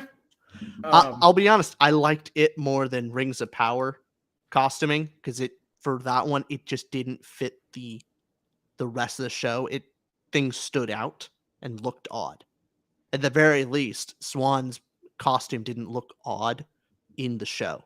Like, I don't think it really stood out. Same thing with Ingtar. Like, it kind of blends in. I'm not noticing it as a weird difference. Okay. It at least blends with the world. Gotcha. Articus, did it bother you she didn't have her stole? The rainbow feather boa thing. Yeah, it did bother me. I kind of did want that. Okay. But again, I would much rather... I kind of wanted more interesting plot lines than... a lot of this stuff went over my head of just like... I'm gonna not be as nitpicky on those. Okay, and that's fair. Maybe I'm just, like I said, I hate this show. Every little thing they do makes me mad. I understand where you're at because there's some other stuff where you get to a point of hating it that now the only way you have fun is that you hate on it. That's now the fun. Like, I'm just going to zero in on the things I don't like because that's the fun. So I have that with, I think, Kenobi for me. Okay. Ben Kenobi. That was one of the worst TV shows I've ever seen in my whole life. And the only way I had fun was I nitpicked the hell out of it because there's so much to do. I was just I was laughing through the whole thing because that's the only way to have fun with that show. So I understand that you can come to a point of like dislike of a show where now you're hyper focused on all the little imperfections, all the little details they get wrong or off. Versus for me, I wasn't at that point of dislike in the show. So all the little things that probably could have bothered me didn't bother me as much. No, 100%. I got another super chat here for you. 99, at least give him points for liking Anthony Ryan. There we go. Yeah, you got quite the book porn setup there. It seems like people have been quite admiring the collection. I'm seeing a bunch of Sanderson back there as well. Above the Sanderson is my Wheel of Time. Like the I did see it, nice. the orange, black, and white one. Yep, I love that. That was a wonderful gift. Absolutely. From my friends. It was great. That's awesome. See, we have a thing here on our channel where our super chat money goes to buying sets, and then we donate them to local children's hospitals. So, fantastic. Yeah, so that's sort of a thing we do, and that's actually that one. The price varies so much that sometimes that's the cheapest one of like the 15 book set we can get. So every once in a while, that's when we grab. I bet my friends would have appreciated knowing that. All right. Well, I'm gonna hit you with one more question as pertaining to the weaves, and it's just because this is data that I've been collecting from the fandom. The fire dragon at the end. Fire weave or illusion weave? I think I know where you're going on this. So you think that it would be fire, but when the dragon goes to breathe fire, it looks like it's breathing hot air and gas, but not fire. And it's weird. It's a weird choice. Is that no? I'm seeing basically my question has to do with power levels because you had a point about world building. And one of my questions was going to be, what the fuck are the power levels in this show? And also, if Moraine can make a fucking 150-foot tall fire dragon, why did she have to throw the fucking wine spring in at the Trollocs in the first episode? Actually, you want to make it worse. It's not that she can make a fire dragon. That's not it. It's the fact that she can be about a mile away and send a fire dragon out there with all this perfect detail. Like, that's the thing that bothered me the most. Is that you can apparently block a channeler without even seeing them from several football fields away. Yes. What do you mean? Or the point absolute in the show. The show showed that the Aes Sedai had to like look and like had to have direct line of sight to the channeler and to shield him. And with Logain being so powerful, they had to have 3 of them. And the minute they like take their attention off, he almost breaks free.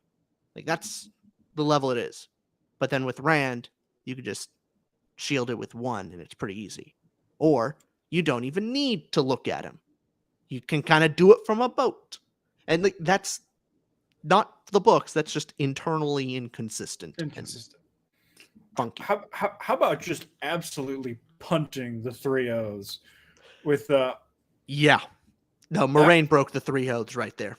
Like hardcore broke those rules. Yep, just fucking punted that shit into the ocean.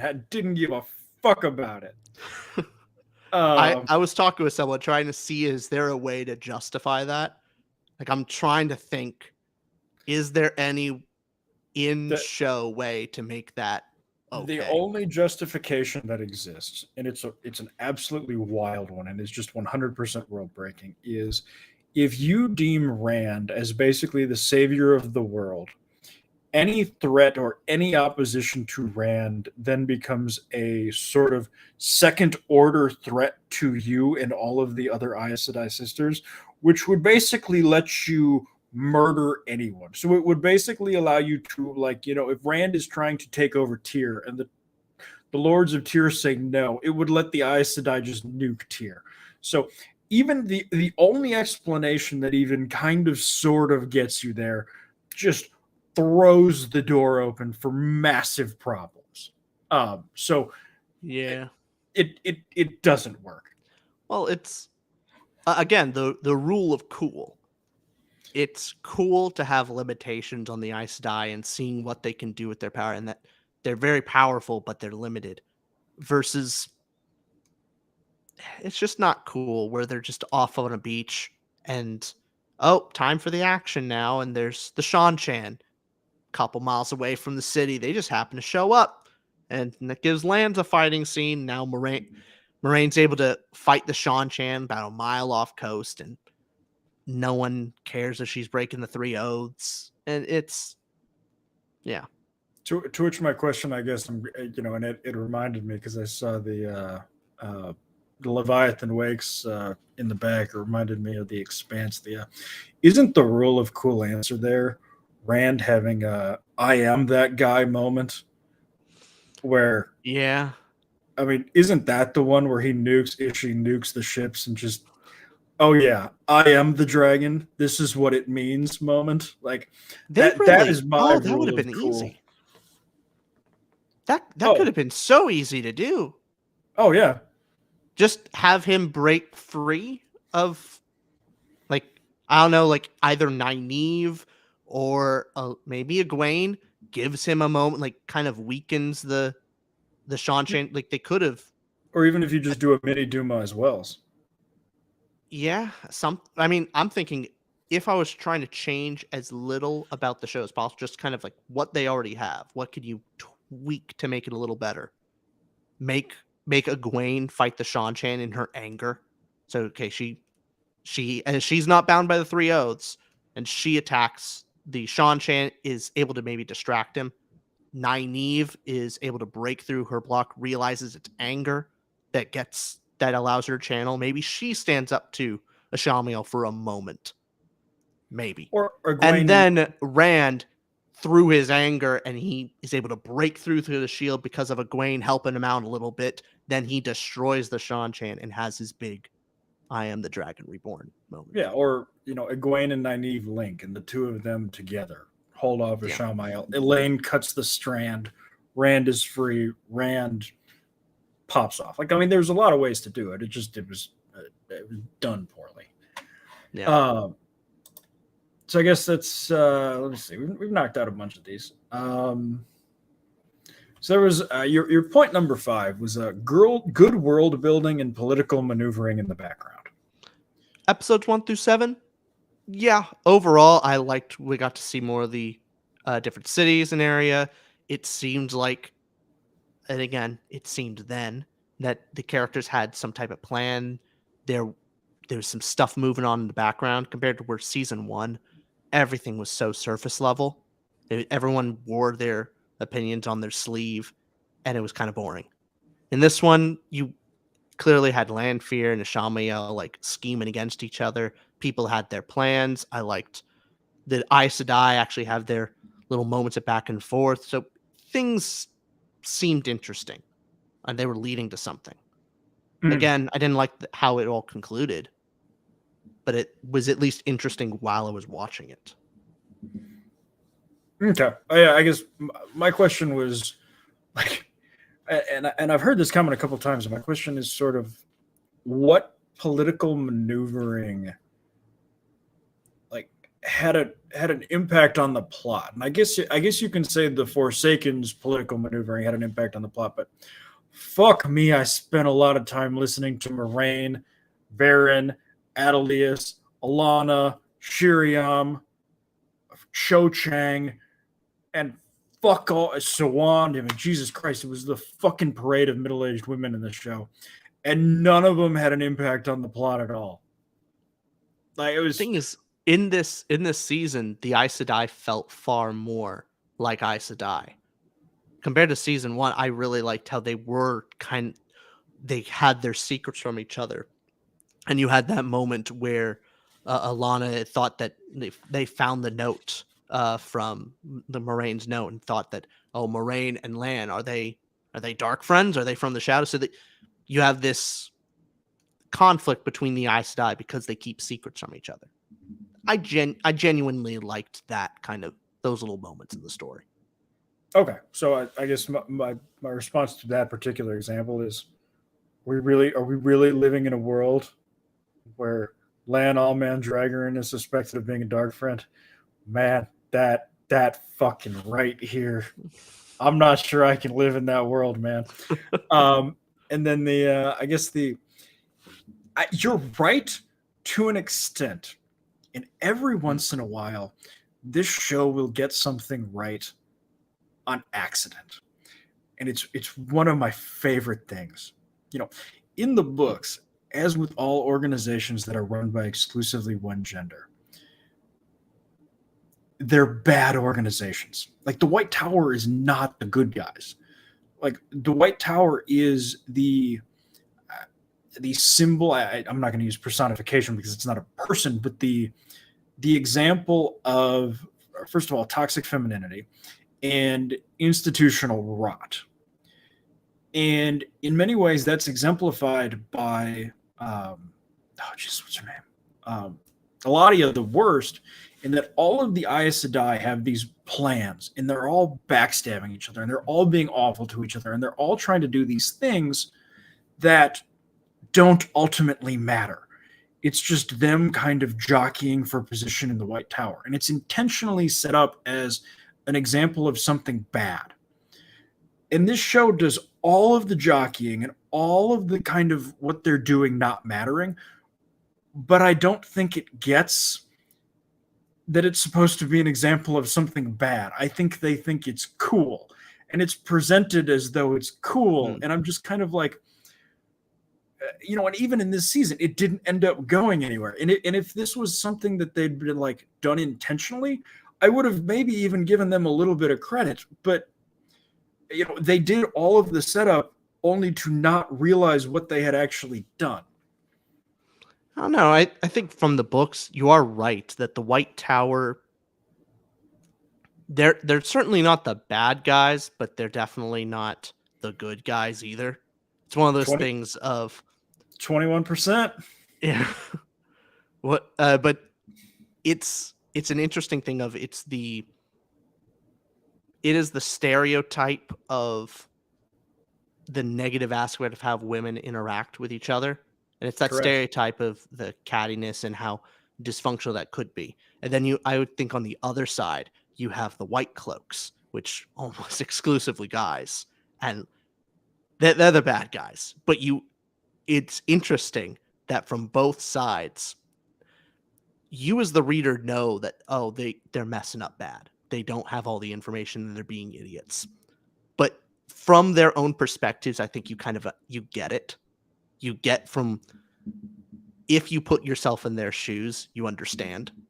Like that's what I've always had so much fun with the Wheel of Time, and it's why I enjoy it so much. Is I'm going in on one read, I'm looking at it going, oh man, Moraine, why are you keeping all these stupid secrets? And like you're manipulating it and you're really alienating the Dragon Reborn. Then on the other hand, I'm on my second read through, I'm going, yeah, Moraine has to like shepherd these idiot farm boys and they won't listen to a single thing. Like she has been living for how long? Just shut up and listen. Like she is an Aes Sedai. She knows this more than you guys, and you idiot farm boys, stop it. Don't touch that. It just, so you get her perspective, but her approach is definitely wrong by the end. Same thing with Whitecloaks. Or if you want even the more direct example, the more direct example is the Black Tower. The basically throwing human death and suffering at the problem, and it was interesting how they got so much more done. They were able to get more powerful channelers in a much faster time, but they did that by sacrificing a lot of guys. Yep. Like, that's a high death rate. Yeah, they weren't limited by sort of the social backstabbing nature that Jordan feels like, and I probably would agree with him, that the sort of backstabbing social hierarchy that the woman White Tower has, whereas the Black Tower had the problem of, okay, who's in charge? Well, whoever can magically punch the hardest. Cool. I'm sure that will be very productive for a short amount of time, and then I'm sure someone very bad will be in charge. And that's, that's kind of what had happened. And it's a critique of both genders in the way in which they kind of sort of socially manage hierarchies. Well, the White Tower was so adverse to any type of risk that it led them to making incredibly poor decisions and very late decisions. They couldn't stick with a plan and go forward. Versus the Black Tower is, they threw caution in the wind, but it makes sense from their perspective of they were almost on like a suicide. They were on a suicide march. They believe like we're gonna die. Yeah, we're gonna go every mad. single one of us has 2 years. Might as well fucking send it. Yeah, like which I think was a great world building choice by Robert Jordan to be able to. How do you quickly get the Black Tower up to White Tower standards without just completely breaking the world building of it? How do you do that? And I think it makes sense how they operated that in the story. But yeah, I don't know what we're getting on with the show, but fuck, man, I just love talking about Wheel of Time. Like I do love talking about it, but I did gotta say, second read through kind of thing. It's so fascinating how I'm looking at like the Whitecloaks in a different perspective. Like they're idiots, they're dum-dums, don't get me wrong, but I'm starting to understand like Galad a bit. Once you understand that 21% of the White Tower is Dark Friends, and the majority of their upper leadership is Dark Friends, and a large number of their upper leadership that isn't Dark Friends is being blackmailed by Dark Friends, and that most of the countries in the world really don't like the Aes Sedai because they think they're meddling bitches. up to and including Archer Hawkwing. So this has been going on 1,000 years ago, and that the Forsaken are running them. Man, the White Cloak perspective of we don't like the Aes Sedai sure starts to make a lot more sense, doesn't it?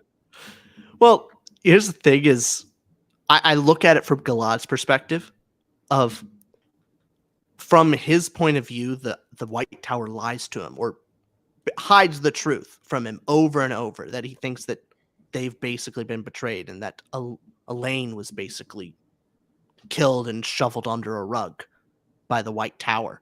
And that, yeah, hey, they're not on our side. They're on their own. And you know what? They didn't give him another reason to think otherwise. Nope. So it makes sense from his perspective, but you as the reader kind of going like, oh, you idiot White Cloaks. Why won't you just shut up and listen to the Aes Sedai? They're doing the right thing. But of course they're quiet about it. Yeah. And it's fascinating. And Aldan makes a great point. And I have often said, the Wheel of Time is the third best fantasy series to read through. The Wheel of Time on your first read through is the second best fantasy series ever. Like, because it's such a different series, once you understand more of what's going on in the world, man, you start catching things in book 1 through 3. Like, people joke all the time about the Moraine and Tom scenes and how that romance came out of nowhere. And then you read The Eye of the World again and you go, wait a minute. Moraine and Tom were word fucking like two Deus Damar masters from the minute they sat down. Like, how did I miss that the first time? Like, there's all sorts of stuff like that you just miss. There's tons of little nuggets and little seeds that I love reading planted in the early books. So much more. It's so much fun for me. The Varen reveal is the one that I was. I was like, wow, how did I miss that? Those were the best. Oh, yeah. It makes me think that I think watching this second season, my bar was pretty darn low. That I was watching I really didn't like season 1, and that when I walked into season 2, that I wasn't cringing at every line of dialogue. Like, season 1 was like, that was badly written. At least season 2, it's not cringy. I maybe it didn't go much anywhere, but it wasn't cringy. I was going through and going, oh, things are happening. Oh, let's see where this goes. My bar was pretty darn low that I enjoyed. I enjoyed it until I think back more and more on it and I dislike it more and more. And then seeing the bar raised by One Piece is like, what could have been? Yeah. And I will say, and you've probably observed this as well. If you watch a movie from like 2011, like, I watched fucking Jupiter Ascending the other day, a movie that was just ripped to shreds when it came out. I'm sitting through this movie like this would be the best fucking movie of 2022. Like the amount that this has fallen off, our ability to create entertainment, good shows and movies is absolutely wild. And Stan Sodanon disagrees with you, and I'll be honest. I've watched some like real cringe. Season 2, maybe you didn't like it, but it wasn't like Kenobi cringe. Like, I don't know. There's a difference. And Nynaeve kicking it off, drinking the shit water was. I thought that was fine. It's set up at least in there. Oh, I see.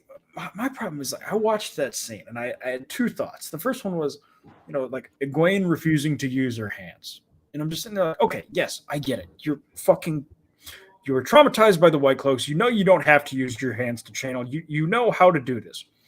But maybe we walk before we run. Maybe we use our hands to get the basics, and then we stop using our hands. And it's just, but that is Egwene's flaw, even in the books, is that she is trying to run before she can walk. In the books, that's talked about. So, like, yeah, 100%. But the problem is, when you got to the end in the books, she got fucking bitch slapped because she couldn't free herself. Whereas here, it just makes it cringy girl boss trash. Well, it's again a lot of the buzzword type things. It makes me sad that I agree with kind of like overall point, but for different reasons. It's not. It's the problem with using the words like woke, girl boss, strong woman, diverse. All these different buzzwords have just so much baggage and contained with them. Where the Egwene stuff bothers me on a like. It's not like, oh, it's a girl boss. It's no, they were setting up a good moment for her to fail and to grow from a good moment for her to be humbled and then be traumatized by that going forward in future seasons. It would be great character arc, but they snubbed that and then just like, we were impatient. We want the glory moment now rather than actually earning it. So okay, but I guess first of all, I disagree with you. I think all of those words have a very specific meaning, and are used very appropriately. And I feel like the studios and executives wouldn't push back against those words if they weren't as effective as communicating an idea as they are. And secondly, I also question, you give the show credit. You say, it was setting up all of these things in order to do this thing, and then it didn't do that. And I guess what is more likely, that they thought, oh, we're going to do this, and then when we get to the final ending, we're just going to skirt off the road and crash into the ditch? Or did they never plan to do it in the first place? Oh no, you're right that they planned what they planned. It's not like they made a last minute decision or anything. But the plan while it was going on, while I'm watching, is at least enjoyable. Thought it was the plan. I thought it was the plan. And which when I'm there, fair. I'm going, oh, interesting. Let's see where it goes. I never had a single one of that. I didn't have that thought through any season one. I didn't have that thought in Kenobi, in The Witcher. I didn't have any, oh, let's see where this goes. At least season 2 gave me that thought. Okay. LK398, you're wrong. The show is woke as fuck. But we can agree to disagree. My problem is that word has grown. To me, it's a bit overused.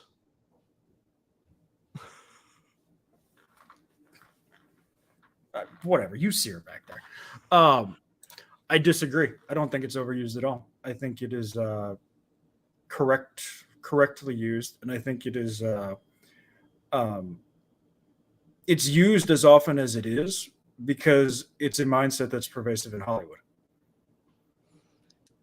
How I see it is it's not that quoting whatever you would, so that if we try to define the term woke, it would typically mean something on a stronger female characters focused on gender equality, where the woman is just as capable as the man, typically showing. There'd be a lot of diversity, so a diverse cast would be part of a woke story. Am I kind of hitting on it? Like, want to come to a kind of common definition of it? Woke traditionally means being conscious and aware, typically incorrectly so, in ideas of oppressor versus oppressee mindsets. And that is that you as a white dude are an oppressor, whereas, Egwene as a brown female is an oppressed. So therefore, we need to correlate our shows to push forward the oppressed and to play down the oppressee. By that definition, I really don't think Wheel of Time specifically is woke. I just think it's not really well planned out. I don't think there's this particular race agenda of like, oh, the brown girl is being oppressed. Amazon has a published racial diversity quota. Sure. But I don't think this particular show is that way. It's my trying to get it across is I'm with you on a certain level of when I see marketing, when I see the marketing pushing of like, hey, look, this show is important because it's diverse. This show is important because it has a strong female character. All the kind of woke monikers. It's not that it is woke that makes it bad. It's that it's the canary in the coal mine. If that's what they're focusing on in the marketing, it's probably all the good storytelling, all the things that they should be focusing on was probably not focused on. And then we're going to get poor writing, poor characters, poor plotting, and all these things. Versus something like Arcane, where on most levels, Arcane could be maybe classified as woke, but it's really good storytelling, really good characters, and they didn't market it that way. They marketed it as an actually good story and compelling characters. Which is, I think, why I find the argument that the show isn't woke a little bit ridiculous. Is the show has marketed the fuck out of the fact that Rosamund Pike is Moraine. Like, they will tell you that Rosamund Pike is our star. We have to feed her. We have to make up ridiculous plot lines that aren't in the books in order to heavily feature her. She's the most famous actor from that cast, right? Why? Why did they cast the most famous actress in the cast as Moraine?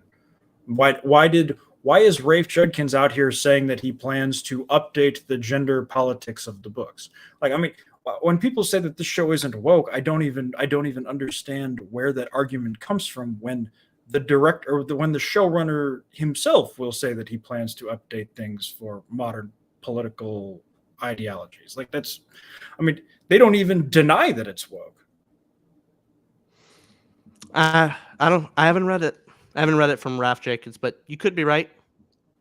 I think that the Wheel of Time itself is on its own fairly progressive in kind of modern terms, like great, strong female characters, kind of showing that the dynamics between men and women are kind of stupid. You need to kind of work together. There's plenty of racial diversity in the Wheel of Time story. So, I mean, so why they need to just update inherently is not. The Wheel of Time is based fundamentally on the ideas of gender complementarianism. That is, men and women working together makes everything work. So if we understand that, why would you need to update that? I don't know. Seems to work for me. Doesn't seem to need to be updated. You don't feel like I guess that's what I mean is, the themes of the book are phenomenal. They're fantastic. So why the need to update them? Only thing I could think of updating would maybe be I know for me when reading it, just the language around the female characters is probably like I would change stuff from the show. Like I wouldn't just have the female characters get naked all the time and just constantly getting spanked. Maybe that's kind of something I would update for modern time. I just probably wouldn't add that in as much. Okay, but in the and first how much three... of that is written to be titillating to the predominantly male audience, and how much of that is for the story itself? In the first 3 books, I can think of one example where a female character gets naked. That's when Moraine gets naked for the bath in the Eye of the World. So why is Rosamund Pike and Daniel Henney also getting naked in the pilot of season 1? I think a lot of that is there's a difference between the perception of a female character being deliberately written and wrote in a way that is supposed to be titillating to the male gaze versus I think what the show is going for. But it's better to have both male and female and all that. But it's better to have Land shirtless and Buck-ass naked or Rand shirtless. I mean, I think so. I mean, apparently. Which is what I'm pointing out is the hypocrisy of, using a term like the male gaze as something problematic and, saying we're objectifying a woman is hugely problematic, but then having a shirtless Rand or a shirtless Lan or a naked Lan for basically the same reason. I mean, if we think objectification is bad, it should be bad for everybody. But this show does not see it that way. It sees things through the woke lens of men are the oppressor, women are the oppressee. So it's fine to push the oppressor into these positions, but not the oppressee. Well, if we want to get into the more political aspect on my beliefs on that is between men and women. I do think men and women are fundamentally different, and so how you treat women and how you treat men is different, and so I don't think it's a hypocrisy, particularly that we treat women a certain way in media versus we treat men in a certain way in medias. I don't. Like, sure, is that hypocrisy of, we're treating one differently than the other? Sure. But I think that's not inherently wrong. But that's personal belief on that. Okay. But I mean, so, if you say you're fine with the objectification of men, but not the objectification of women, like, okay, that's fine. But then I need everybody. Personal beliefs, I don't mind either one particularly. But I'm trying to come from their understanding. I understand where the books are coming from. Of there's a way to write a female character where it is deliberately titillating to a young male, and that's how they're trying to gain an audience. A lot of older sci-fi does this, and it's honestly just kind of funny for me to read some of the books like that one. But in the show, maybe that's what they're trying to update is, we're not just titillating the young male audience, we're also trying to get the females as well. Maybe that's what they're trying to do. And I'm trying to come from his perspective. Okay, but what I'm telling you is his perspective is nonsensical and hypocritical. Anyway. I mean, how is it hypocritical if you're trying to do the same thing? You're showing the shirtless man, you're showing the shirtless woman. Because he'll rally against the male gaze, as you yourself did, but is perfectly fine with the female gaze. And it's especially weird when it's a homosexual gay showrunner pushing for, naked men and shirtless men scenes while very much shying away from anything that has to do to make women look attractive. I mean, when it comes to, you talk about the costumes in the show. Did we see cleavage this season? I don't think we did. Don't think so. But you don't think that's a little weird? Not particularly. I'll be honest. We have the leaked script where it's very explicitly written out that all sex scenes are to be shown with women in positions of power and focusing on their pleasure. It's not like these things aren't published.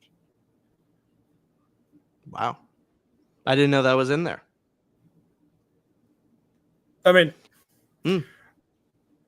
Anyway, we're off topic. We're talking woke stuff. I guess, is there anything else you wanted to talk about season 2? I think I covered all my sort of positive things from season 2, other than I liked Logain. I liked Logain's acting, at least. Disappointed that they did nothing with him by the end of the show. I thought he was going to be teaching Rand. I thought that would have been at least something.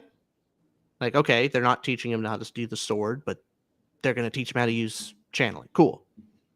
But they didn't do that. And so we're left with Logain, the actor who does Logain. I think he eats up every scene he's in. He overshadows everyone else when he's on screen. But I guess that's a positive. I wanted more Logain. See, I guess my problem with Logain is he's such a bitch in this season. Logain is supposed to be this tall and proud man who, really never backs down. And he's not that in this show. And I find that disappointing. And, maybe you like this version better, but it is what it is. Anyway, I apologize. I am running out of time here. What's going on? It's a little late for me as well. Gotcha. So I guess what's going on with your channel, and is there anything you want to plug? Yeah. So if you're interested in hearing more about what we talk about with books and movies and all that jazz, head on over to 2ToRamble at YouTube.com and all that, and yeah, that's about it. Cool. All right. But hey, thanks for having me on. I like talking about it. It was really fun for me. I've talked with people who like the show a lot more than me. And so I come off as the real negative Nancy from that perspective. And I really enjoyed having the conversation with you of I seem like the really positive one in the show. And so I find that interesting if you compare that kind of the same perspective in different lights shows differently. Gotcha. So it was fun for me. Yeah, absolutely. And you are, and I give you all the credit in the world. Nobody will talk to us. We've invited several people on this stream, and basically no one has had the guts to say, I believe in this show enough to give it my a shot at defending it. So I give you all the credit in the world for that, and I feel like I haven't pulled many punches as far as sort of our thoughts on the show, and you've had intelligent responses to all of them. So I appreciate I have the easy position of the middle of the road. I didn't love it. I didn't hate it. I just was disappointed. And that's a very easy position to hold. No, that's I feel like more things than not are probably just middle of the road average. We can we can disagree. I agree with you 100%. Kenobi was fucking dog shit. But anyway, I gotta get going. But alrighty. Anywho, I do really appreciate you coming on, and I'll hit you up again. Maybe we can talk about something else later on. Alrighty. Perfect. See you, man. Bye.